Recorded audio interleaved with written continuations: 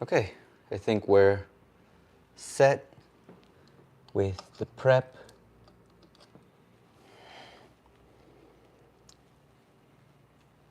And it is 5, right on the dot. I tried to make sure that this was on time because I like sticking to my schedules. We'll have to see if the audio is good, ideal, perfect. I'm not sure. So I'm gonna play the stream over here. I'm gonna drop the volume on it as well. Okay, good. I can hear it. I just don't know if it's the ideal volume. Either way, good afternoon or buenas. To everyone, we have a few updates, a few things to talk about today. How does it get? It's not exactly the topic of today's live stream, but let's just say explore, talk to people, be open. I don't know exactly who would be able to speak English. You're not always going to find people who speak English in Quito, but that was a good experience that I had while I was over there. I did see that there were people who understood English a little bit more. Even my cousin, she was really good at English. And there were people who weren't from Ecuador over in Quito, so you might find people who speak English. William Shakespeare, aka Max GPT. Thank you very much. I'm glad that the volume is good. South American, thank you very much. Appreciate you being here. Buenas, by the way. Remember, buenas is our typical greeting here in Ecuador. When you just want to say like hey or hi, it's like saying good afternoon, but like summarized. So you say buenas.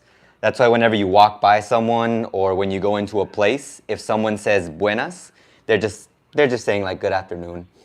When it's good morning though, you say buenos because it's buenos dias, and for afternoon, buenas tardes, and for at night, buenas noches.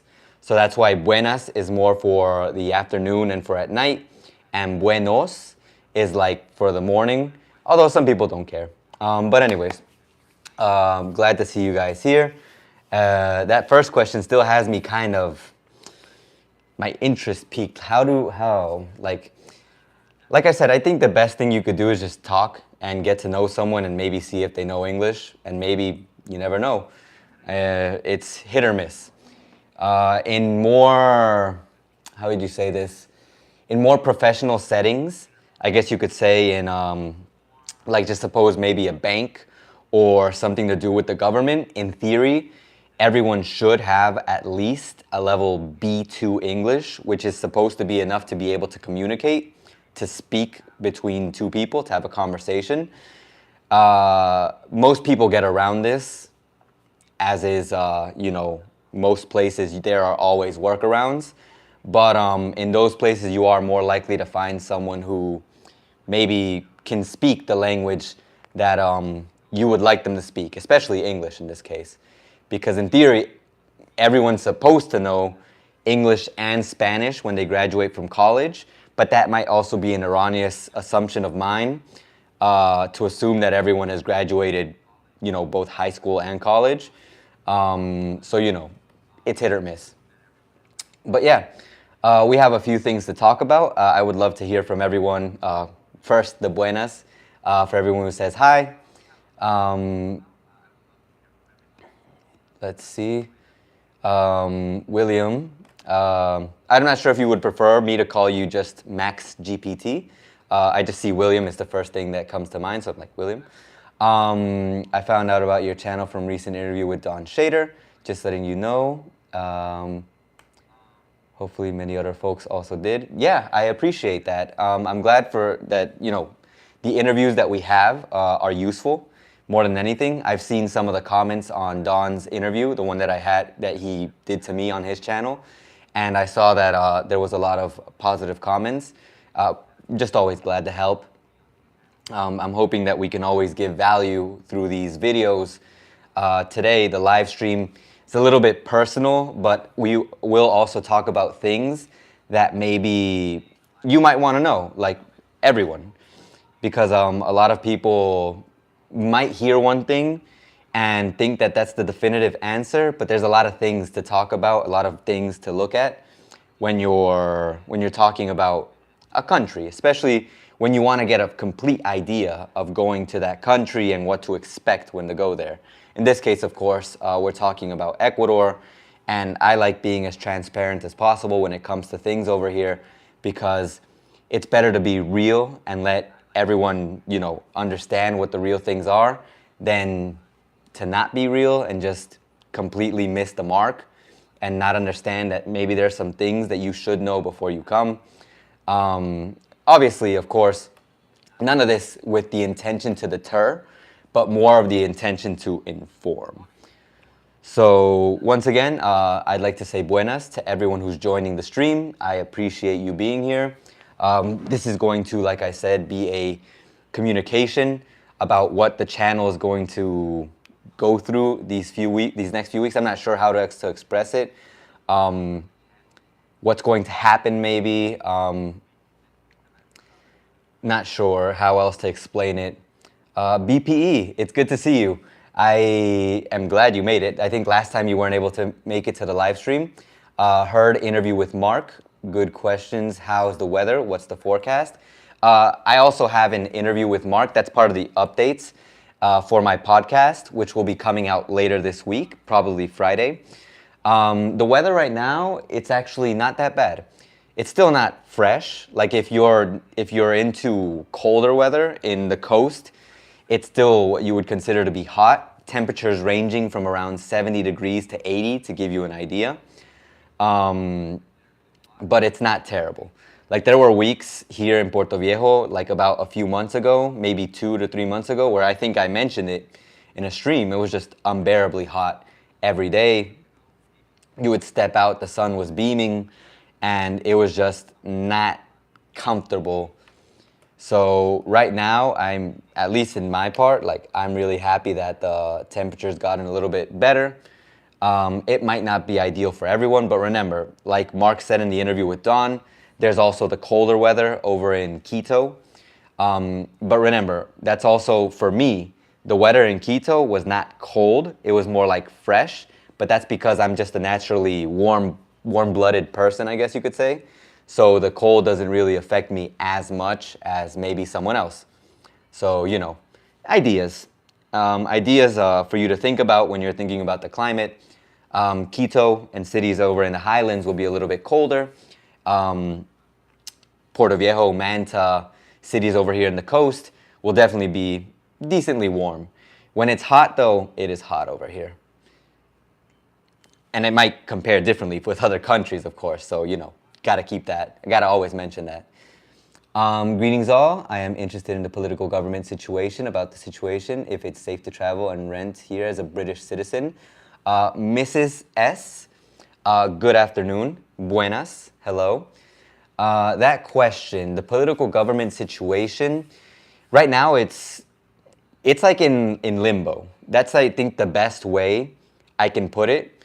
It's in limbo because we have this whole mutual death, as we call it. We would translate it in English. In Spanish, muerte cruzada period that we're going through. And I haven't seen very much political campaigning, like the really heavy stuff, yet. And maybe we won't even get to see it right now because people aren't taking it as the most serious thing, mainly because it's a transition period. So people who really want to participate now are doing it more so to guarantee their position when the real elections take place. On the other hand, right now, it's kind of like there are people who don't want to participate because it seems kind of like a waste of their time and resources. So you kind of have people falling into these two sides, these two camps, and we'll see what happens. So yeah, is it safe? I'd say it is. It just depends on where you're going. South American, Ace, please give an update of how the economy is doing, job opportunities, crime. I will tell you that in a second. Let me just say hi because I see my brother Don Shader and my bro David. This shirt, by the way, Dave's Modern Designs. He gave me this shirt a few years back, when we were doing like workout stuff. He said he got it sent to me through a contact, and right now he's doing a channel on YouTube, and he does refurbishing of stuff. So you guys might want to check that out. See if if you're interested in that. Don, brother, I got some bad news, which you're gonna find out in a second. But let me finish answering these questions. Glad to see you here. I hope you're doing okay. Hope everything is well. And going back to some of the questions, I'll go back to what South American asked for in a second. Also what Mrs. S about the travel situation. I'd still say it is super safe. Just depends on where you go. That's always going to be, I think, the end comment. It depends on where you land in Ecuador.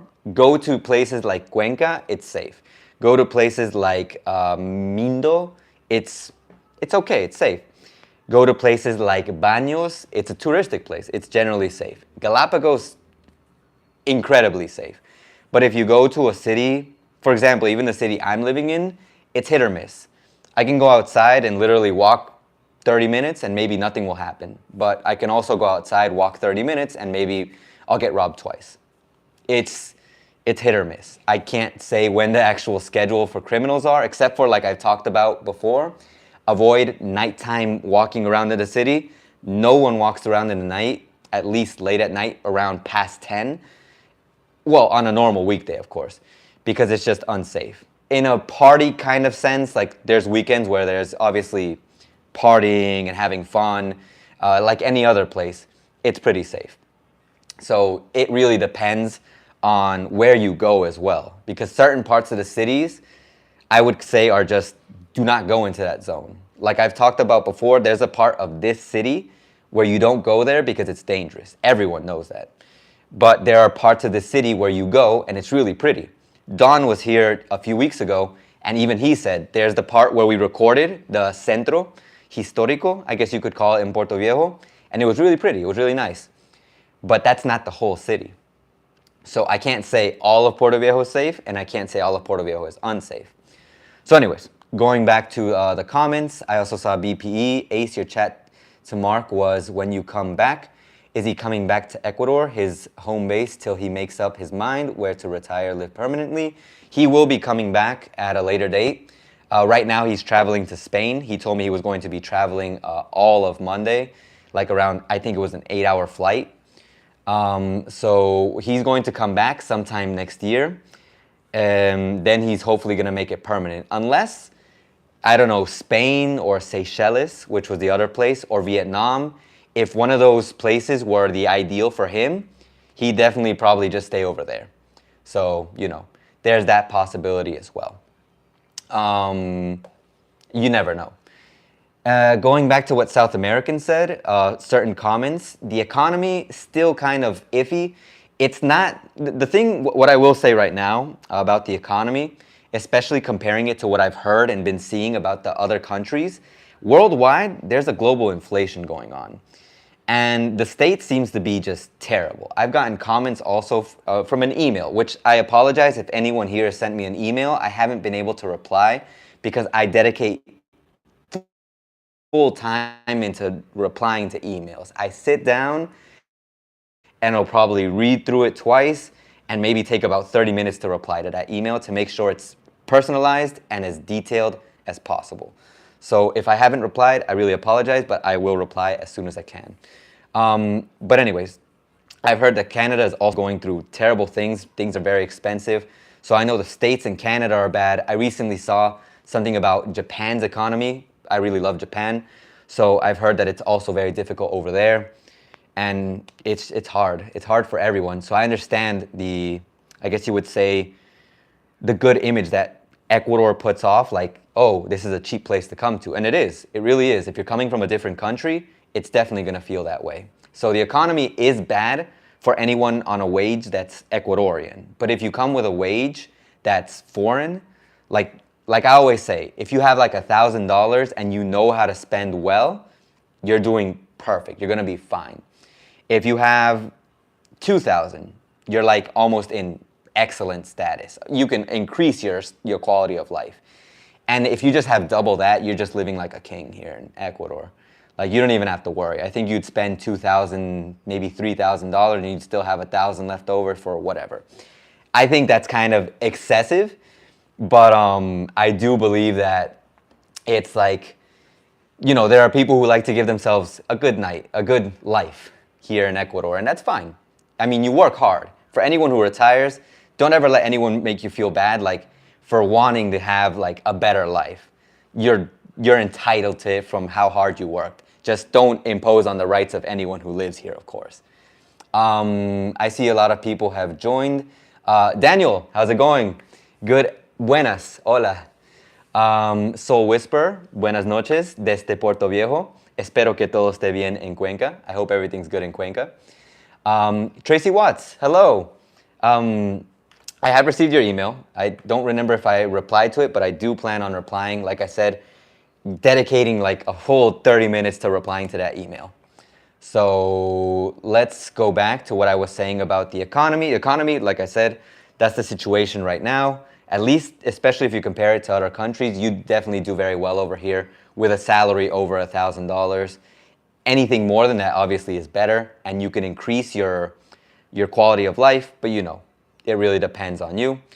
Job opportunities, it's hard to say depending on the job you want, because for example, there are people who work, and for example, like I'm a teacher. I am a teacher. So as a teacher, I always get offered jobs as a teacher. And a lot of people who are also teachers, like just getting into the field, they don't have the same opportunities as me because people know who I am. People know my English is native. So people offer me more jobs. But does that mean there's a high amount of jobs? No. I have turned down jobs before, and I've offered them to other people, of course, because, you know, I don't want them to not have their job. But like, it's not guaranteed. And it goes the same thing for any kind of job that you think about, because this is just teaching. But maybe there's a job available for someone, I don't know, maybe as a lawyer. I think lawyer is kind of difficult because I have seen lawyers who are taxi drivers and not being lawyers because it's hard. So it's hit or miss. There are job opportunities, you just have to have contacts. And that's going to be a big talking point for one of my future podcast episodes. And I'm gonna give you guys a little bit of a heads up on that. So please remind me if I forget to talk about the contact situation, which I probably won't because today's talk is going to involve that as well. So we'll talk about that in a bit. Then crime. South American also asked about crime. Crime is hit or miss. Like I said earlier, it's really, really hard to say for each part of the city. If you talk to people here, everyone's going to be really worried about it because everyone knows someone who's been robbed. Petty crime is just the most common form of crime here in Ecuador. If you talk about the hits, the vacunas and the sicariatos, those are less common, but they're really scary for anyone who lives here. And I guess you could look at it kind of in the sense, like if you think about the States, I guess hearing that someone got shot on the street, I mean, it's terrible. No one's gonna deny that. But you compare that to to a mass shooting, and you're like, one person being shot isn't as bad as a whole mass shooting. They're both terrible, no matter how you look at it. But it's like over here. People are gonna look at both of those things as really bad things because they're not used to seeing them. Although, well, you could say that if you've gone through that kind of lifestyle, you can say that you are used to seeing it. I've heard of people who have been held at gunpoint just because they don't want to give up their purse. So it's like, it's hard to say. It's hard to really give a direct perspective on what crime is because it's going to vary from place to place. Mark Horning, who was here in Ecuador, he had the best time.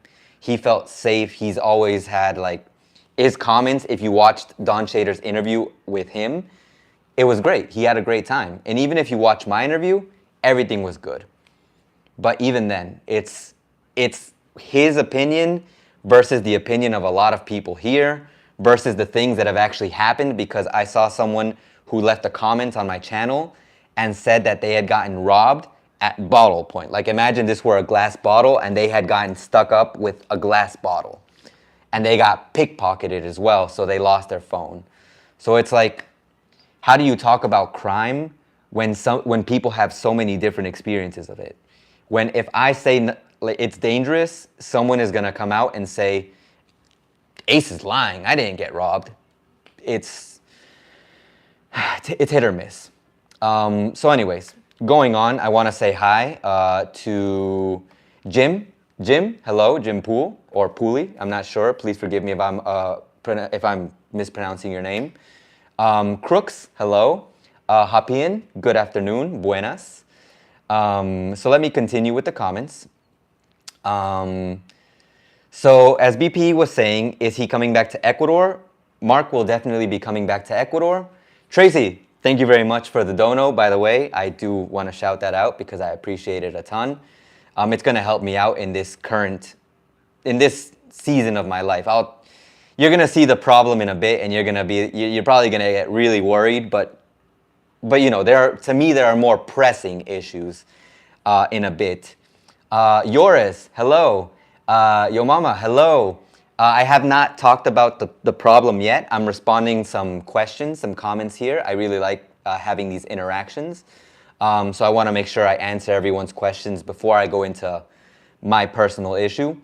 So Mark is coming back to Ecuador, and hopefully he makes his choice once he's back. Maybe the life that he's going to live over in Spain for a little while is going to show him that maybe he's going to really like Ecuador. Dave, bad news. You're not going to be happy about it. Mrs. S, I would trust you to pick me up from airport. If you're asking me, we can talk about that. I can go, but it wouldn't be by myself. And that would also be okay because it would be better if you had a lot of people just in case. I mean, it's not guaranteed anything bad's going to happen, but just in case. It's never a bad thing to have more people. If you'd like to talk about that, you can send me an email to my email on my YouTube channel. You can check my About section. If you'd also like, I can put it in the chat in a little bit. But let me continue answering some of the questions and some of the comments because I'm seeing a heavy one right now. Lala, my bicycle was stolen the day before yesterday. The stolen location is Santa Maria Supermarket, which is located at the intersection between Road Inaquito and Road Avenida Juan José de Villalengua. I really first would like to say I'm really sorry that happened to you. I don't know exactly that area, to be honest, and I can't specify if that's a dangerous area, but I've said it before, even in zones that are considered safe for some people here in Ecuador, bad things can happen. It's hit or miss. Criminals are around at any hour of the day and they can actually rob even in your house if you have a garden or an open area with a fence, because they can hop over that or they can find a way to get through it. In worst case scenario, like if your door just happens to be open or if you're coming into the house and they decide to sneak in with you, that would be terrible. But things like that can happen. Home invasions, I don't consider them to be a common problem, but they are problems that do happen in very isolated situations. So, you know, it's going to depend a lot on the criminal himself, of course, themselves. Some of them are more extreme than others, believe it or not. Dave, I play online every night with a few buddies from Canada. Housing market is very expensive, almost as bad as it is here in South Florida. I have heard that housing is looking really, really, really bad right now in everywhere. I mean, Florida, I already knew it was bad. But hearing that Canada is also going through that kind of situation makes me feel unfortunate. Like, I don't want to say feel bad because I don't know how I would be able to help with something like that. I wish I could help change the situation, but it's like I'm over here in Ecuador and it's like I don't know what to do to make things better for everyone. I can recommend you come here because things are going to be cheaper, but I don't know how to solve the problems and it's not just Canada. I feel like it's worldwide because, like I said earlier, it's a global economic inflation, so it's tough. And I I really admire everyone who's pushing through and doing their best to keep things, I guess, as well as possible. Buenas noches de Cuenca. We said hi. Hello to Tracy. I hope everyone here pays attention when you at this place. Yes, you do definitely have to pay attention. You can have a really good time here in Ecuador if you play it safe. I always give the same advice. Don't flash fancy items. Don't go out too late. Don't go out by yourself. Avoid the dangerous zones. If you don't know where the dangerous zones are, talk to people who know where they are, Ecuadorians, of course. Just play it safe, and you should be fine. Watching from Arizona, Jim, cool. I hope everything is well in Arizona. Hopian, how much do lawyers make in Ecuador? Depends on I guess it depends on your price. Lawyers, they can make good money. That's why a lot of people opt for being lawyers. But some lawyers don't even have jobs. They study to become lawyers and they don't work as a lawyer. They have to work as taxi drivers. So, and that's just an example because it can be taxi drivers, supermarket employees. You just don't get to do your job because there's just, I saw this in a comment before, and it's true. Ecuador pumps out a lot of professionals with titles that sound really, really good, but there isn't a workplace for everyone to join. So it's tough for people who come out with their degree, even if they're really good, and have a job. And we go back into the connections that I mentioned earlier. If you have family or friends in high positions of power, there's a good chance you'll get a job. But if you don't, good luck. That's all I can say. Hopian, don't Ecuadorians put bars on the windows to prevent home invasions? Yes, they do. I have one here. Like I have this thing as well. So it's everyone should have some form of protection. It's very few cases where people don't have a way to defend their house, and it's surprising. I actually remember getting the comment from people because I used to ask, why doesn't anyone have an open yard and a normal like American style house? Because it looks pretty. And people are like, they looked at me like I'm crazy. Like, no, you can't do that because it's dangerous. You're gonna get robbed because people are just gonna walk right into your house. So you know. Yours, I will respond to that soon, like I said before. Much less crackheads in Cuenca too. Honestly, I'm not sure what the situation of drug use is in all of the country. I just know in Puerto Viejo, it's escalated more, and I've noticed that there's more areas where you can walk by and you'll smell like something that's not the normal, natural air smell. In South Florida, housing prices are through the roof, for sure. It's global, some places worse than others. On Vancouver Island, and the average house price is over, no. That's expensive, 700K. I mean, with that much money, over here, you'd live like a super king. Once again, I'd like to say buenas and hello to everyone who's joined. I see we have 40 people here today. If you enjoy the content that I make, if you're getting value from this live stream, please like. I still have not shared what the situation is, but you might be a little bit sad about what happened, but we'll talk about that in a bit. Don't give papaya, a funny way to put it, but yes. Watching from London, going to Ecuador for 1 month with fiance and her family who are Ecuadorians. Excellent. I think you're gonna have a great time here, especially when you go with Ecuadorians. They can obviously tell you how to be safe over here and what to avoid, what to do and what to avoid to stay safe and have fun. I see a lot of nepotism, I guess you could call it that. Adam Russell, lucky you, big advantage for sure. Definitely look forward to it. If you can ever stop by, it would be great for you to tell me of your experience. Let's see. Mark, hello, Mark Moran. Made it to live chat. My wife and I are in Ecuador for 2 months. Nice to be in the same country as you while you live stream. Nice to have you here. I hope you're having a great time and that you just keep having a great time. Never misinterpret the intention behind my videos.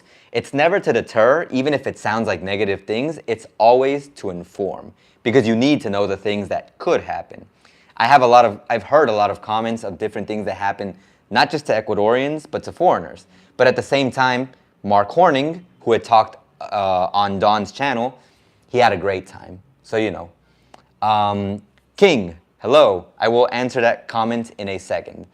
Lucky Adam, yes he is. BP, Mark Moran, where are you? How is it? Jose, hello. I just saw this comment. Does Ecuador have websites with job listings? Just out of curiosity. I would not be able to confirm that. I know that if you are registered with the ministry, at least the Ministry of Education, you do get job offers from time to time after you've gone through the process. So in that case, if you're registered with the Ministry of Education, you have to take some tests, confirm and validate some things, and I think you can find job opportunities there. But specifically something external, I don't think something like that exists, at least not that I know of. Have you looked into San Borondon? I have not. I have to talk to my aunt. I actually have a lot of questions to ask my aunt, who lives in Guayaquil, about some things over there. Mark Moran, I am in Quito this month and Cuenca next month. It's been awesome, having a great time, haven't had any issues at all. That's the ideal situation always. Glad for you, Mark, glad for you. Looks like the Marks are lucky. You have the lucky name because you guys have the best time, like, from what I've heard so far. Hapian, I often wonder what jobs Ecuadorians have that live in San Borondon. If we look at it, like if I were to tell you from the perspective of what I talked to with my cousin who lives in Quito, Quito has Cumbaya, which is supposed to be super expensive, super nice. And she said that all the people who live there are either people who have family, who have money, people who are in high positions of power, bureaucrats, if you will, owners of businesses, but we're talking about the big, well-known businesses. So it's a completely different lifestyle. If it's anything like that, then it's understandable why people can live in a higher level of life, I guess you could say, and give themselves that kind of luxury. If not, I really wouldn't be able to explain or talk about or know why people can live in such fancy places with such low salaries. Like I said, I don't think it's the minimum wage citizens who live there. It's definitely, like my cousin said, people who have good connections, people who are family with people who have businesses and such. Moving on. King, what are some of Ecuador's popular foods and drinks? I will make a video about that. I actually did. If you check out my Manabi's food video, those are some, you can see some of them there. But just to give you a heads up, my favorite, encebollado. I will write it down in the chat because I love encebollado. Encebollado. Mark's favorite, biche. A common dish here, we have bolón de chicharrón, which is my favorite, out of the bolones. There's also bolón de queso, which is cheese bolón. There is also pan de almidón. We have tonga. We have ceviche, of course. I can't forget that. Arroz marinero. What else can we talk about in Ecuador's food? When we talk about drinks, it's just a lot of juices that combine fruits that maybe you just don't typically hear. Like maracuya juice, which is passion fruit juice, if I remember correctly. It's a very popular one here. Yeah, Mark, arroz marinero is great. But anyways, those are some of the food ideas. If I can think of more, I'll write them down. But right now, those are like the common ones that I can think of. Empanadas, of course. Mr. Raul, greetings, good afternoon, buenas. I also see Dave, hello. ¿Cómo estás, Dave?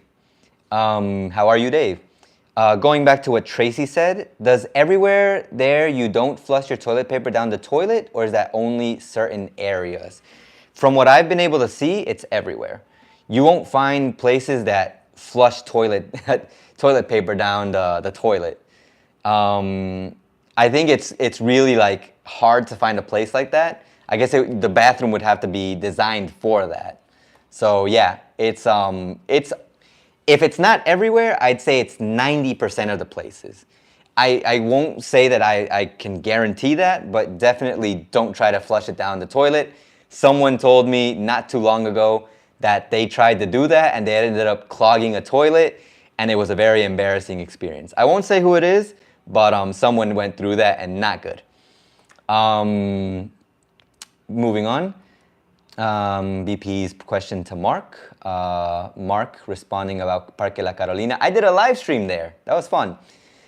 Dave, my wife and I are moving down to Crucita. You're going to be very close to me, Dave. We have been there 3 different times. Loud on Saturday and Sunday night, but we love the small town. I'm glad you're enjoying it. I would say if you come to Crucita, definitely have an escape plan. I don't know how much you're into noise and partying, but if you come to Crucita, I recently had a comment about Carnaval, or I think I mentioned that, but definitely you want to avoid being in a beach area if you don't like the noise and parties during Carnaval. Ecuador is pretty. It is a very nice place, but when it's Carnaval, everything kind of turns upside down. So, be very cautious during that time. Mrs. S, do you experience load shedding, electricity turned off? And what about the mosquitoes? In terms of electricity being turned off, it's random. Like, we can be in this live stream right now, and because of circumstances, the power could go out. Typically due to thunderstorms, but recently there was a problem with the water plant, so we didn't have water. And there can sometimes be problems with the electric plant, and we might lose electricity. This is a part of the things that I was going to talk about. I'll go into more detail later. We hadn't paid the electric bill here in our house, and we thought we still had some time to pay for it because normally you have until the beginning of the month, and they cut off our power early. Situation's been kind of tight. I'll talk about that later, but we lost power because of that. But that's obviously, you're going to lose power if you don't pay for the light. But that happened to us. So you just never know, because in theory it was supposed to go off at the beginning of the month. So we were hoping to accumulate what we needed for that time, but it went out earlier, so we had to kind of scramble for that. But anyways, I'll talk about that later. I see the conversation between BP and Mark Moran. Good. I've heard of Kumbaya too. I was thinking briefly in one of the malls there. Yes, Kumbaya is a very expensive part of Quito. Let's see here. Someone told me it was the wealthiest suburb of Quito. It is. It's really, it was like when I was coming back to Puerto Viejo and when I was going to Quito, while I was in Quito, we drove by and it looks fancy. At least in comparison to other parts. Daniel, I read it was due to poor plumbing in the country. If you're talking about the toilet clogging, I don't know exactly if that's the reason. I wouldn't be able to confirm it right now. It probably is. My dad, he used to be a plumber in the States, and he knows that all the plumbing here, because he's had to fix it, is not good. It's done rushed. It's done it's done to be able to last for like a year or like for some time. Like, I did the job, but not like I did the job well. Just well enough to survive. We lost water here in Puerto Viejo like about a month ago, but that was because of in the plant where the water gets, I guess distributed, 3 of the transformers went down, and it took a while for them to replace them. Something that you would expect to be replaced really fast was not. Unfortunately, here in Puerto Viejo, a lot of people complained, myself included. But we couldn't do anything about it. You had to buy tanqueros, which are water tankers, trucks, I guess, that carry water. King, I'm looking to travel to Ecuador soon. What are some popular tourist attractions, nightclubs, and restaurants? Oh, be careful, nightclubs. I have no idea about that one.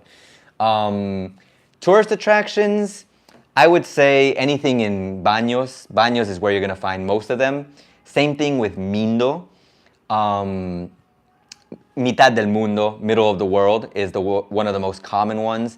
If you want less well-known ones, I can give you a tour of some things over here in Puerto Viejo and show you around. But yeah, those are the ones that come to mind. I know there's more. I know there are. Just they're not like on the top of my mind right now. Restaurants, kind of hit or miss.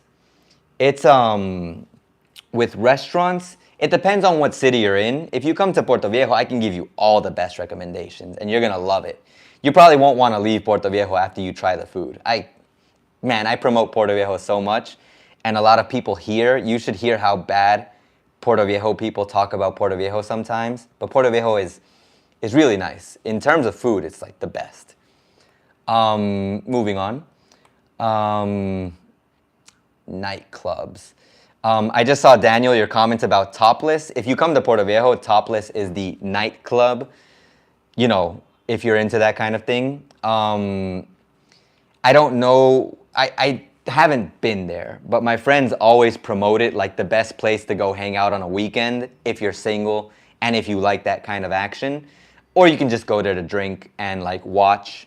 You don't necessarily have to partake in the extra activities. You can just go there to chill. So yeah, that's something that's here.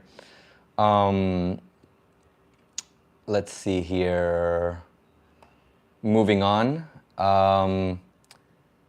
But is the poor plumbing in new construction? It depends. Some construction of things are done poorly, but some of them are done well. It's gonna vary from person to person because it depends on who you contract and how much you pay attention to the construction in process. If you just let them do it to their devices, you might have luck and it might go well, but at the same time you could have bad luck and it could go really poorly. Most of Ecuador runs off of hydropower. I wouldn't be able to say if most of it does, but I do know there is a part of it that does. We were getting electricity rationed from Colombia recently, so I know we're not like the best right now with electricity, but it's a thing. So moving on. Can you talk about the legal process if you get arrested in Ecuador? The legal process, if you have money and family, you can get out really fast. If you don't, I'd have to dedicate a video to that one. And I have a few videos that I have to do. I'm going to take a picture of that one because that is something I'd have to dedicate time to talk about, because it's not just as simple as me saying get a lawyer and you get out of jail, because I wouldn't be able to confirm that to you. I know people who have to go to jail and spend a long time there, and I know people who go to jail and they get out really fast and they commit heinous crimes. So it's hard to say. Mrs. S, a secret notebook, do you have contacts in Vilcabamba? I honestly don't. I don't. Not that I can think of in this moment. But if you want to get in touch with someone who might be in Vilcabamba, there's a Reddit, a subreddit that is Ecuador, and you can ask questions, and a lot of people from around the country will answer, and you can target it. You can say, I would like to know from someone from Vilcabamba, can you give me an idea of the situation? I want to go there in person and experience things there, or have someone who lives there to talk about it. But right now, no one from the top of my mind who I can think of can tell me about Vilcabamba. So I apologize on that end. I love Baños. Yes, Baños is great. The hot springs for sure. Yarbrough stayed in Quito. Her leather purse molded. Ooh, that's not good. Let's see here. Tracy, good advice. Ooh, good question. Someone is planning to commit a crime. I hope they're not. Please don't. If there's something that me and Don have to emphasize a lot, is please don't bring problems over here. Ecuador is a really, really nice country. If you come here with good intentions and if you come here in the best place possible, don't don't like don't let anyone think it's bad because of some people or some things. So moving on, the situation here in Vilca is just fine. Hello, Mars, by the way. Some random home break-ins that come and go. Yeah, it's like all petty crime here. You might have problems from time to time, but it's not an everyday thing. It's not like people look to rob your house. It's just there's criminals who take advantage of bad situations. Tracy Watts, knowing customs would be good too. One man reported visiting a church with his hat on. He got in trouble. That's weird. I didn't think there would be a problem with going into a church with your hat on. I do know that there's a church over in Quito because I went with my cousin, and there's a lot of signs that tell you don't take pictures. And I saw everyone in there taking pictures. So if you get in trouble for something like that, it's your own fault because the signs are in English. Not the best English, but they were in English saying, do not bring camera, do not take pictures. And people were bringing their camera and they were taking pictures. So, you know, you get in trouble because you want to in that kind of situation. Hapian, how does the process work if you get into a car wreck but the person responsible runs off? If you have contacts, good, because they can probably get into the system and help you find the person who did that because they can look into the cameras. But if you don't, honestly, it's a game of chicken where you have to search out the person. You have to hope someone chased them down. I remember once around my house, someone got hit on their motorcycle and people around chased down that person to go catch up to them. And they caught them over here, like right in the corner of where my house is. But that was because the people around decided to help.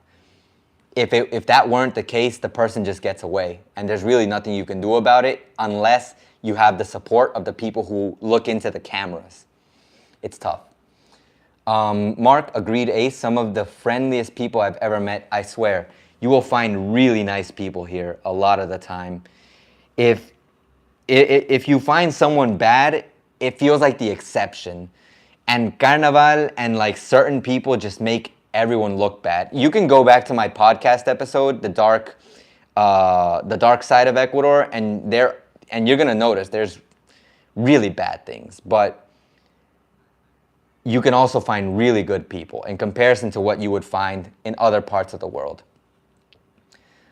Crooks, if you're asking me if I feel safer in the US or Ecuador, honestly, I feel very safe. I felt very safe in the States, but remember, I was there 10 years ago. And I think right now, the way things have changed, at least from what everyone has been telling me, the States feels like it's a nightmare compared to what I knew from the States. But maybe, once again, I was a kid in the States, like going into my adulthood. So it's hard to say. But here, it's also, if I stay at home and just chill here, and if I follow my own rules, like don't go out late, don't flash fancy items, always go with someone, Ecuador doesn't feel dangerous when you follow those rules. But how far does it have to go for a person to feel like they're being like paranoid? Because I've seen comments where if someone says you just have to play it safe, people say, oh, you're being paranoid. Oh, you have to be paranoid to stay safe. If that's how you feel, then don't come here because we give you these precautions not because we want you to be paranoid, but because we don't want anything bad to happen to you. I'm not here telling you stay safe because I want something bad to happen to you. I'm telling you to stay safe, or because I want you to panic. I'm telling you to stay safe because I want you to be safe. That's what I try to do. Not much else I can do other than that. So I see BP talking to Mark. Robert Ashley. Hello, Robert Ashley. How are you doing? Comedy. Who are the funniest people in Ecuador? I'm not sure. I would say if we want to joke about it, I could say the politicians are pretty funny with how they say they help everyone, but they don't. And they complain about their high salaries when everyone here is making do with $400 to $600. So they're pretty funny. Comedians, I don't listen to a lot of Ecuadorian comedy.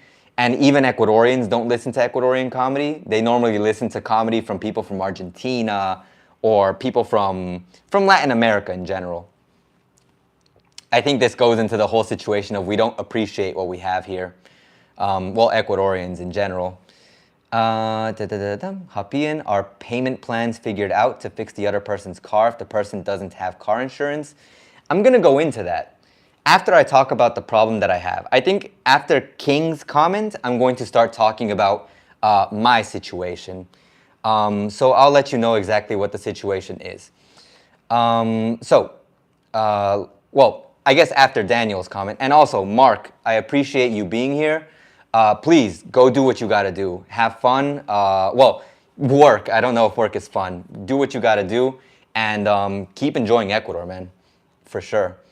Back to YouTube. Thanks for all you do, and you're welcome. I'm glad it helps out in some way, shape, or form, and I appreciate your support.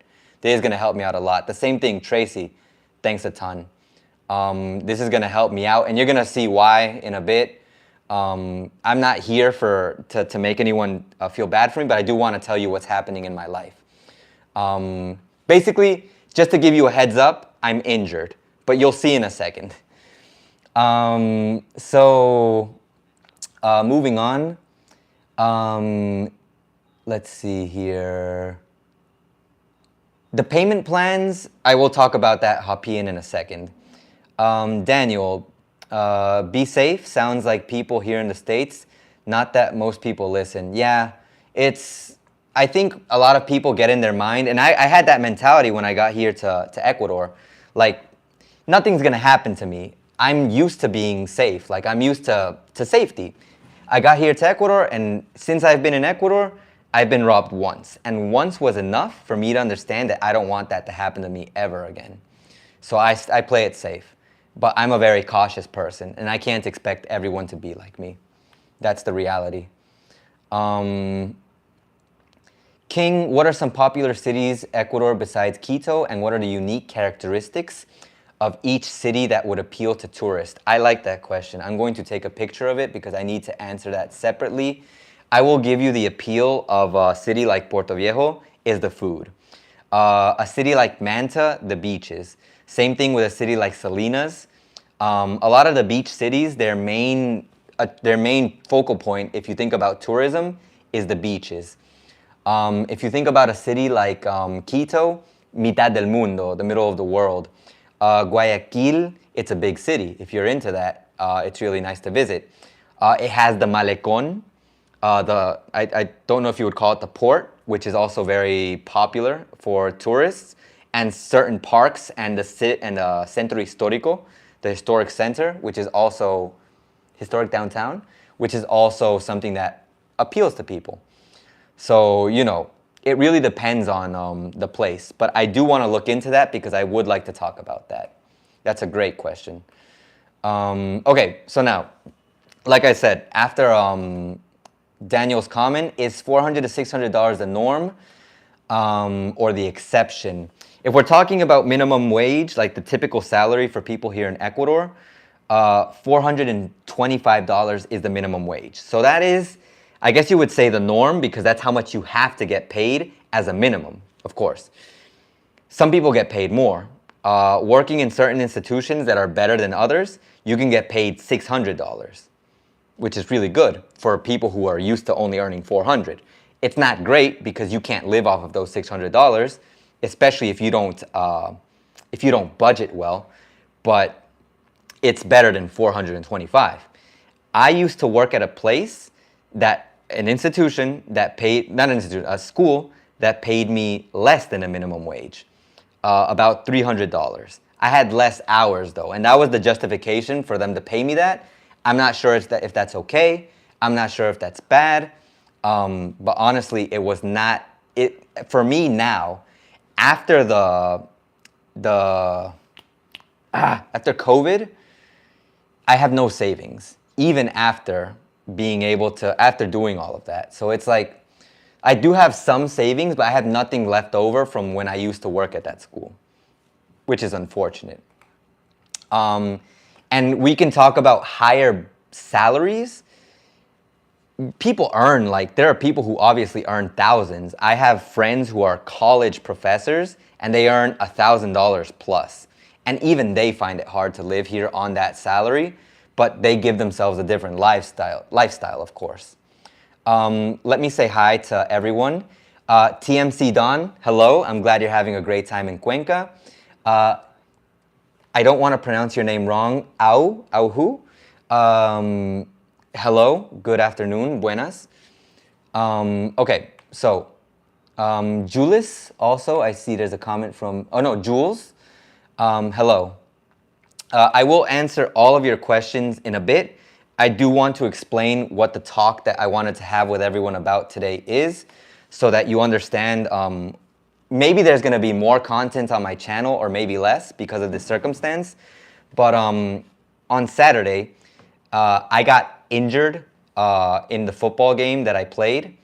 Unfortunately, I was the one who received the injury. Like I said, I got injured.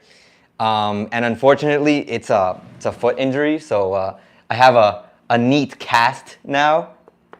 So yeah, I'm going to be hopping around a lot in my house, and I'm not sure if I'm gonna have to hop to work, because at least this week I can't work, because they told me to completely rest this week, and after that to risk it. Like, if I wanted to go to work, which, I mean, living here and as someone who has a situation where I have to work in Ecuador and make my living with Ecuadorian salary, I can't just stop working because I don't make enough, and I don't have enough money saved away to say, hey, I can't work. So I'm trying to see how I'm going to resolve this situation.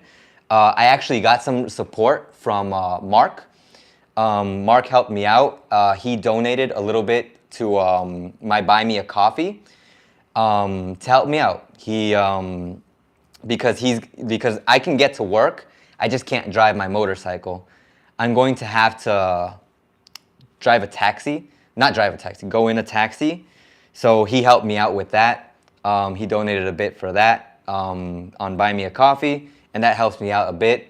To me, it's a lot, actually, even if it's not like a great amount, but it's like an amount that's going to help me get to work. And I'm really grateful to Mark Horning for helping me out with that. But yeah, that's the situation. So now what I'm going to do, at least in this process, I'm going to try to upload more videos, because I'm going to be at home, I assume, a little bit more. By the way, Daniel, happy 1 month. Glad to have you here as a member. It's okay. No one has signed it yet, because the football team, no one has visited yet. Only one of my friends, he stayed with me when we were doing the process, and that's part of the conversation I wanted to have about what the medical situation was like. I could tell you my past experiences, but I really want to tell you my current experience with the hospital that I went to. I will probably talk about it in a dedicated podcast episode, but I want to give you a heads up today to everyone who's joined me on this live stream. And while the memory is still fresh of everything that happened in the hospital. So, you know. But yeah, that's what happened to me. This is what happened to me. And right now I'm just trying to resolve how I'm going to get to work, what I'm going to do in the process. I'm going to be making more videos. I actually have 2. I have a podcast episode that I have to upload this Friday. And at the same time, sometime around that day or the next day, I'm going to upload a short. And also I'm going to make a post because Mark Horning, he made a review of my situation, not my situation, of the tour that I gave him in Puerto Viejo and Manta so that everyone can see it. And I'd like you to see what he thinks. And if you ever want to come to Puerto Viejo or Manta and you want someone to give you a tour after 2 months, because apparently I have to have this thing on for 2 months. And yes, I will be walking with crutches. I had a friend lend me some, and then afterwards I found out that we still have crutches here at home. So I'm going to be on crutches for about 2 months. But yeah, during that time, I'm going to try to upload videos. So yeah, that's the situation. That's what happened. That's part of the conversation that I wanted to have with everyone today. I also did want to mention a little bit about the situation with the house, because like I said earlier when we were talking about the electricity, we actually had the power turned off on us because we weren't able to pay for it at the time that we had to pay for it. So what we had to do was I had to pull out some money from my savings that are like untouchable. There's money that I have that I don't touch because I know that there's situations that we're gonna need it for. Lo and behold, we lost power, so I had to scramble to get that money out and pay for the electricity bill. So that's what happened. That's how the situation has been. Honestly, that's why I can sympathize with a lot of people and a lot of their situations, because I understand how tough it is here for everyone in Ecuador, because I'm living here and I have to work like a person who lives here in Ecuador, and it's really, really hard. We don't exactly make enough to always get ahead. Sometimes we barely make enough to get by. So we do our best. My dad, who's the one who works his butt off to make sure everything is okay, he does his best. But even he's having a hard time. Right now that I can't work, I'm going to have to see, well, I can. I'm just going to have to take a taxi, and it's going to cut into my my earnings, but I do want to work because I can't stop working. It would be counterproductive. It wouldn't help out the house, and that's not what I want. So that's the situation. That's why I really appreciate the support, and that's why earlier I was saying that the donations, I really appreciate everyone who's been helping out. It's never obligated. I'm not going to ask anyone to do it, but if out of the goodness of your heart, if you think you can help out in any way, maybe not to me, maybe to the house, because the money isn't for me, it's for my family to make sure that we can keep the lights on. If ever you can help, I really appreciate it. It's not an obligation, but I appreciate it. Daniel, appreciate it a ton. Thank you so much for being a member and for helping me out with the donation. Like I said, it's not something you have to do, but I appreciate that you do it. So thank you very much. And I'll keep doing my best. You know, I'm going to keep making content. I'm going to keep trying to help everyone out. I'll do my best. The socioeconomic disparity, not good. And I do try to keep my leg elevated. I just can't right now because I don't know if it would look weird. So I didn't want it to look kind of bad on stream. So I was just trying to keep it a little bit out of sight. You're welcome. It will go a lot further there than here. I thank you so much, Daniel. Man, things are tough. And I know it's tough where you're at too. So that's why I appreciate it. And I am keeping hydrated. I have my water over here. And let me see. I do want to get back, but I do want to tell you the story about the brace, not the brace, how would you call it? The cast. I forgot what this was called. And tell you about my hospital experience so that you know how healthcare works. And once again, going into the connection situation that I was talking about earlier. But anyways, cost of living. King, you've got a lot of good questions. I gotta check those out later.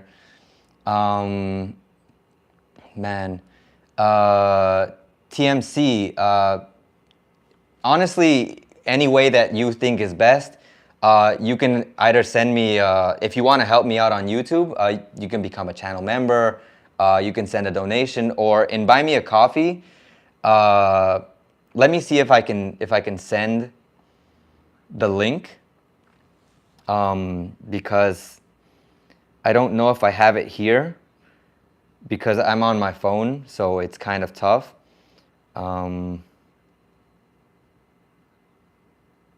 Let me see. I think I can send it through over here. Crooks, thank you very much. Wow, that's a lot. I really appreciate it. Oh yeah, it's in the description, right? Thank you, Daniel. I forget because the description, it sets, like the first part, I always put it there, like I type it out, but everything else is already kind of set up. Let me see, yeah, it's here in the description. I'm going to copy it into the chat. Man, Crooks, that is crazy. Thank you very much. That's the Buy Me a Coffee. You can check that out over there. But anyways, let me tell you about my hospital experience. Louis, hello. I just saw your comment. There's a lot of comments here I gotta go back on. Oh yeah, I can also post it on my Discord. For anyone who wants to join my Discord, I do have a Discord. I have some friends who live here. And obviously, of course, I'm on there. So if you want to join the Discord, you can join the Discord and we can have a conversation. It's going to look very gamerish, because I am part-time gamer. Gamer, not a profession. It's just something that I do as a hobby. But you can join. We can have a discussion if you ever want to talk. If I can ever answer a comment as quickly as possible, I will. So yeah, you can check that out. But yeah, let me tell you about my healthcare experience. It was, okay. So the good thing, and this is where the whole contact situation goes, we had a lot of people on our team who are doctors, who are some kind of affiliation with medicine. And one of our friends, he actually works in what is called El Hospital de Especialidades. Hospital de Especialidades. And that is a very new hospital here in Puerto Viejo. So when I got injured, they took me straight to that hospital.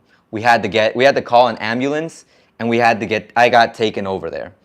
And like I said before, all healthcare in Ecuador is free. Everything is supposed to be free.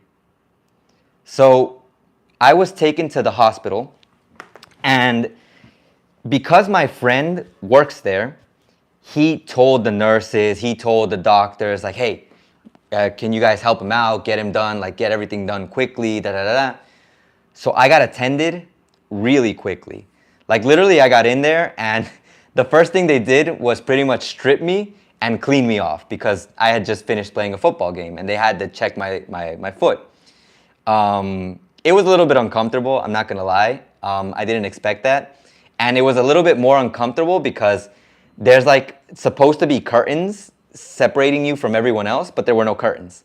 So if there were more people, which thank goodness there weren't, they could have seen me. They did cover me with like a kind of like a blanket and a towel and stuff, but it was a little bit uncomfortable, that part. But anyways, after that, they gave me hold up, I actually have it here. They gave me one of these. It's a gown, I think, hospital gown. I don't know how else to call it because I've never, I did use one before, but here they just call it bata, so I just know it as that because I forgot what it's called in English. But they gave me one of those, and embarrassing as it is, they thought I was gonna be there the whole day because they thought that I had like a big fracture or something, but they thought that. It wasn't, by the way. I'll explain what I have in a bit. But they gave me an actual diaper because they thought I was gonna be there all day. So it was very uncomfortable, let's just say. the whole process, the cleaning and all that stuff. So yeah, that happened. That was a thing, which I'm glad to share with everyone now. So yeah, you guys know something embarrassing that happened to me. But anyways, I was there, and I got attended quickly. They X-rayed me. They like pushed me in the bed, in the hospital bed, through the hallways to go get the X-ray. I got the X-ray. Then they took me back to the room. I had to wait some time. You had to do a lot of things that you know, for the process. And I gotta say, like if I don't know if everyone remembers, if everyone here has seen the interview with Don, where we talked about Solca. I'm gonna write it in the chat. Solca. Solca is the you call it the hospital for cancer here. So Tracy, wow. Thank you, thank you, thank you, thank you, thank you, thank you, thank you so much.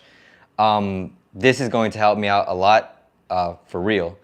I appreciate it. I appreciate it. Thank you for being here more than anything. Thank you for your support. I really hope that your situation is well. I'm going to keep telling the story about my hospital situation. So if you want to ever know about the healthcare, please come back and check it out, because it'll give you a little bit more of an idea of the situation here. So please do what you got to do. And once again, I appreciate you for being here. Everyone else, thank you for being here. If this is giving you value, please like. I hate to do the whole YouTuber thing, but it does help out the channel a lot. The more people who like the video, the more it gets spread. The more people get to see it. So it's helpful, and I appreciate it.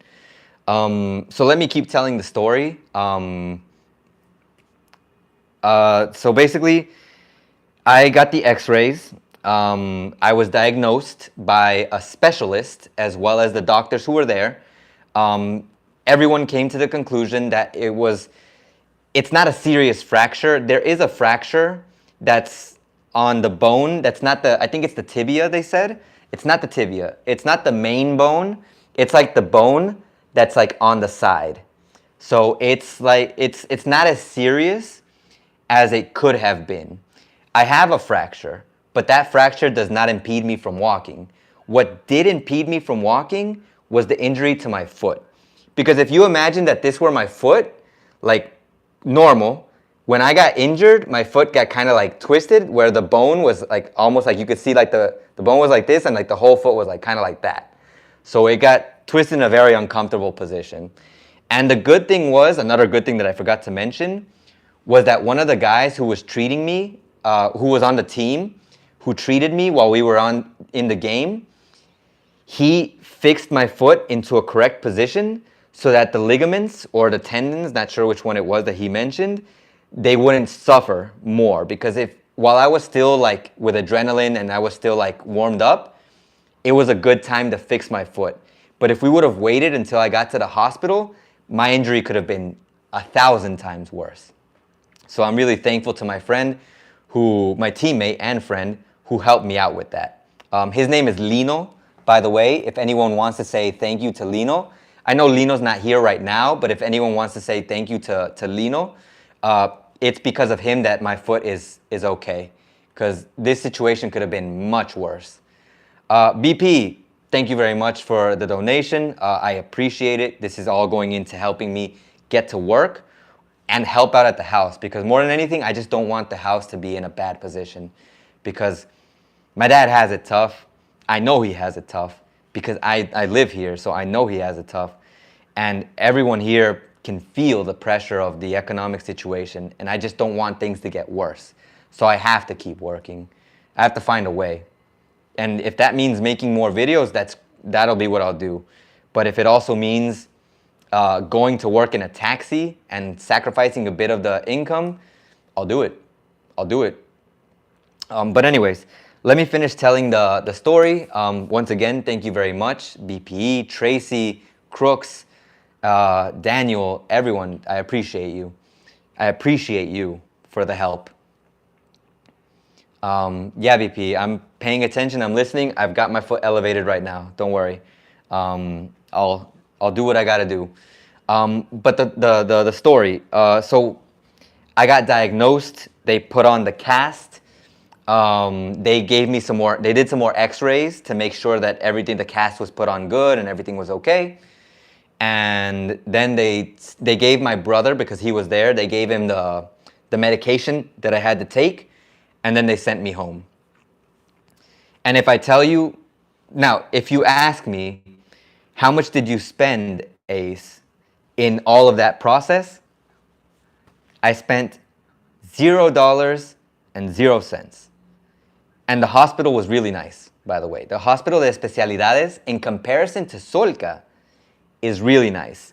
But there's a reason that I feel that it's really nice, and I'm going to explain that in a bit.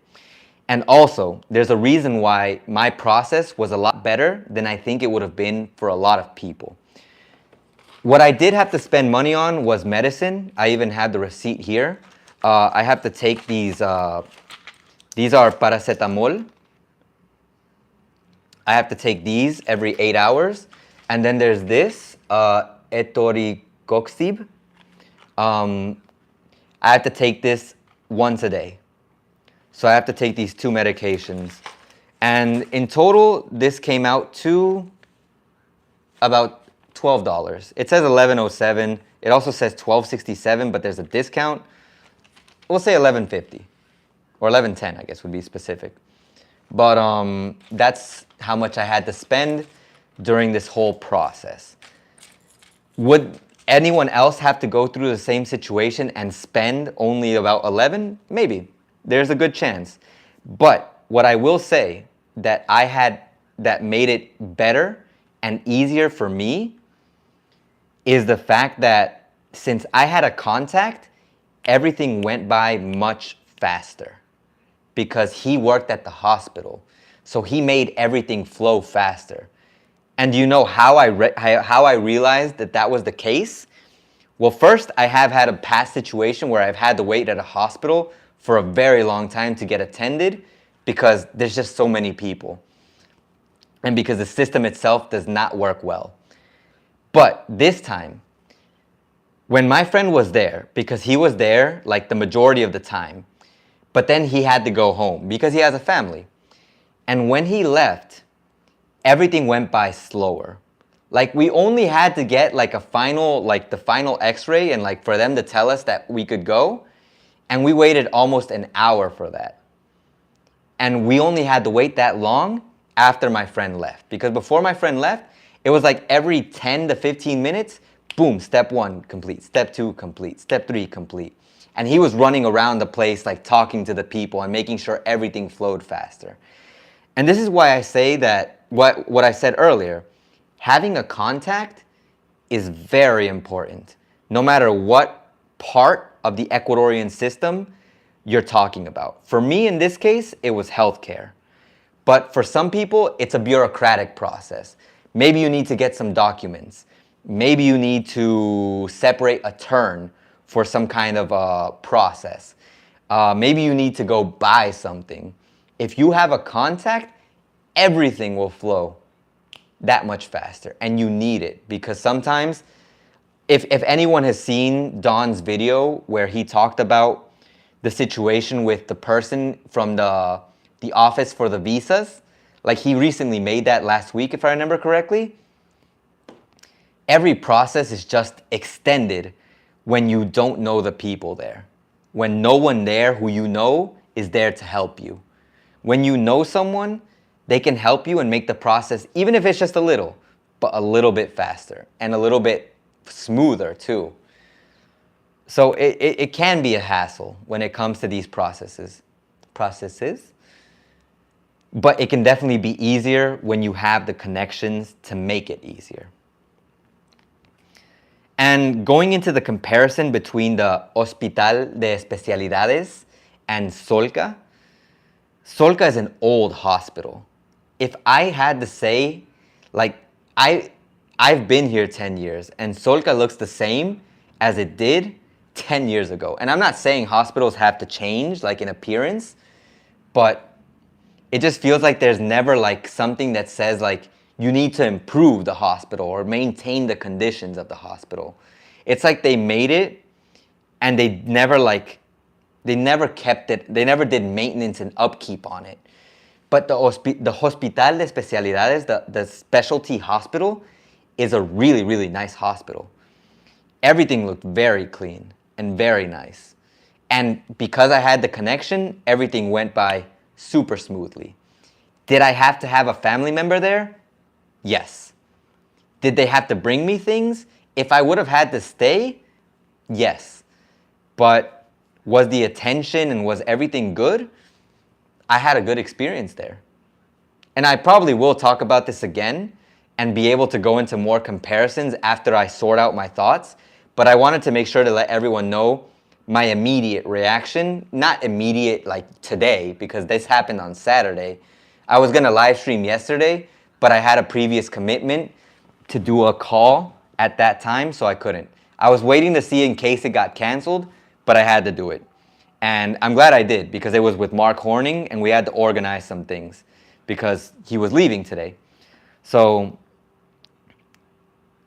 that's the situation. That's just what I can tell you about the situation with the Hospital de Especialidades and any other hospital here in Ecuador. Well, at least in Puerto Viejo. If you have a good hospital, a lot of the things are really nice. But remember, not every hospital is a good hospital. Because even the doctors, because my friend who worked there, he told me, the process itself is messed up. I'll talk about that in the podcast episode that I want to make.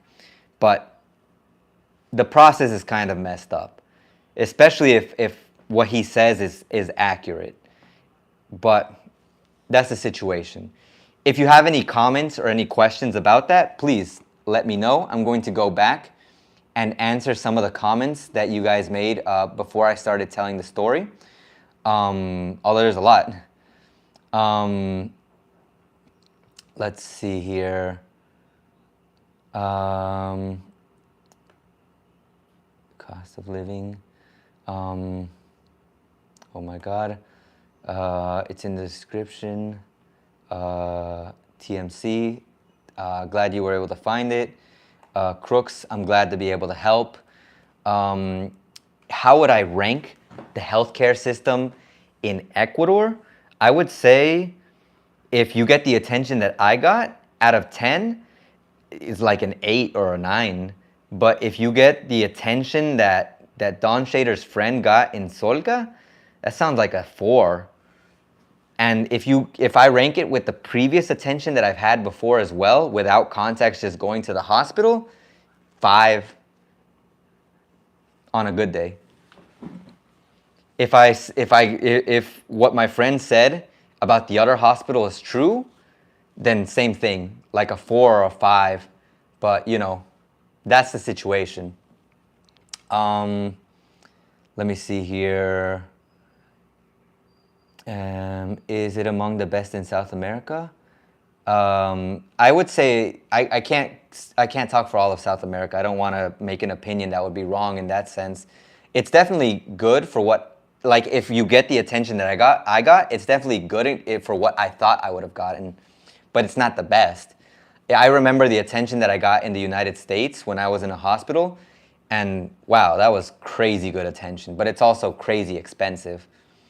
Daniel, a diaper, couldn't they just give you, I mean, it's kind of funny because my friend who was there, he told me that the doctors, the nurses, they were just being, playful, and that's why they did that. At the same time, they actually thought I was going to stay overnight, which is why they gave me the diaper. But I don't know. I also said, why can't I just get a walker? And they just told me, and they said, no, diaper. You're staying here overnight. You need a diaper. I was like, no.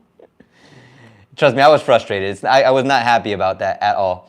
I'm still very embarrassed about it because my friends had to see me like that. My friend and my brother. My brother's like, okay, but my friend was kind of like, let me see. Can you find arnica? I don't know. I think one of these is supposed to also be for inflammation and swelling. And I was also told to put ice on my foot. Like the top part, like I don't have like a full cast. It's only like on the back part of my foot to keep it stable. And I have to keep my foot elevated. Daniel, so if a person with no family in Ecuador wouldn't be able to stay there, if you do a podcast episode, please interview a doctor or nurse. I will get on that, Daniel. I will definitely try to do that. I'm going to take a picture of this because, good point. I'm going to talk to my friend. The only problem with a podcast episode talking about that is that my friends, the people who are doctors that I know, they don't speak English. So they wouldn't be able to give an interview in a podcast episode in English because the podcast episodes, they're mainly for listening. So if I put subtitles, some people might not pay attention to them because they're just listening to it. But I'm going to ask him so he can give me the information and I'll tell you what he said. If I can find a doctor who speaks English, that would be great. But it's so hard. Believe it or not, doctors is like the most powerful profession here. And it's very hard for me to find a doctor who speaks English. But I'm going to try. Joseph, hello again. I understand you're injured now, but if you weren't and available, how much would you charge, or how much does someone charge as a guide for a tourist? I think it depends on what kind of tour you want. For example, I gave the tour to Mark Horning, and I charged him $10 an hour. And we spent like almost the whole day together. But that's just a fee for me being the guide and like, going around with him. But you also have to pay for the person who drives because I personally don't have a car. I have a motorcycle. So there's also a separate fee for that. But that depends on who I can get for that job. Like something that you're gonna see from Mark's message, he got to meet my best friend because he was the one who drove us. And it was a really nice time. You have to read the message Mark made. But that's the situation. Like I have my fee for giving the tour, for like being there and being able to translate. But the driver is a different story. It depends on where you're going, of course. Let's see here. Continuing on. Oh, and there are other guides. I don't know how much they charge. I know that some people charge, I think it depends on what kind of tour you want. But some tours I do know are more expensive. They have like a flat fee, but it can be more expensive. Some people might charge more as well. I can't confirm that though right now. I just know I've seen comments of like, I want to say $20 and above, but I'm not sure. I think it depends on the city too. But moving on, does Ecuador have good care for chronic diseases like cancer? I mean, Ecuador has Solca and hospitals that are like Solca, so they have care for it. It's just, if you listen to what Don Shader said when we talked, it looks really weird, to be honest.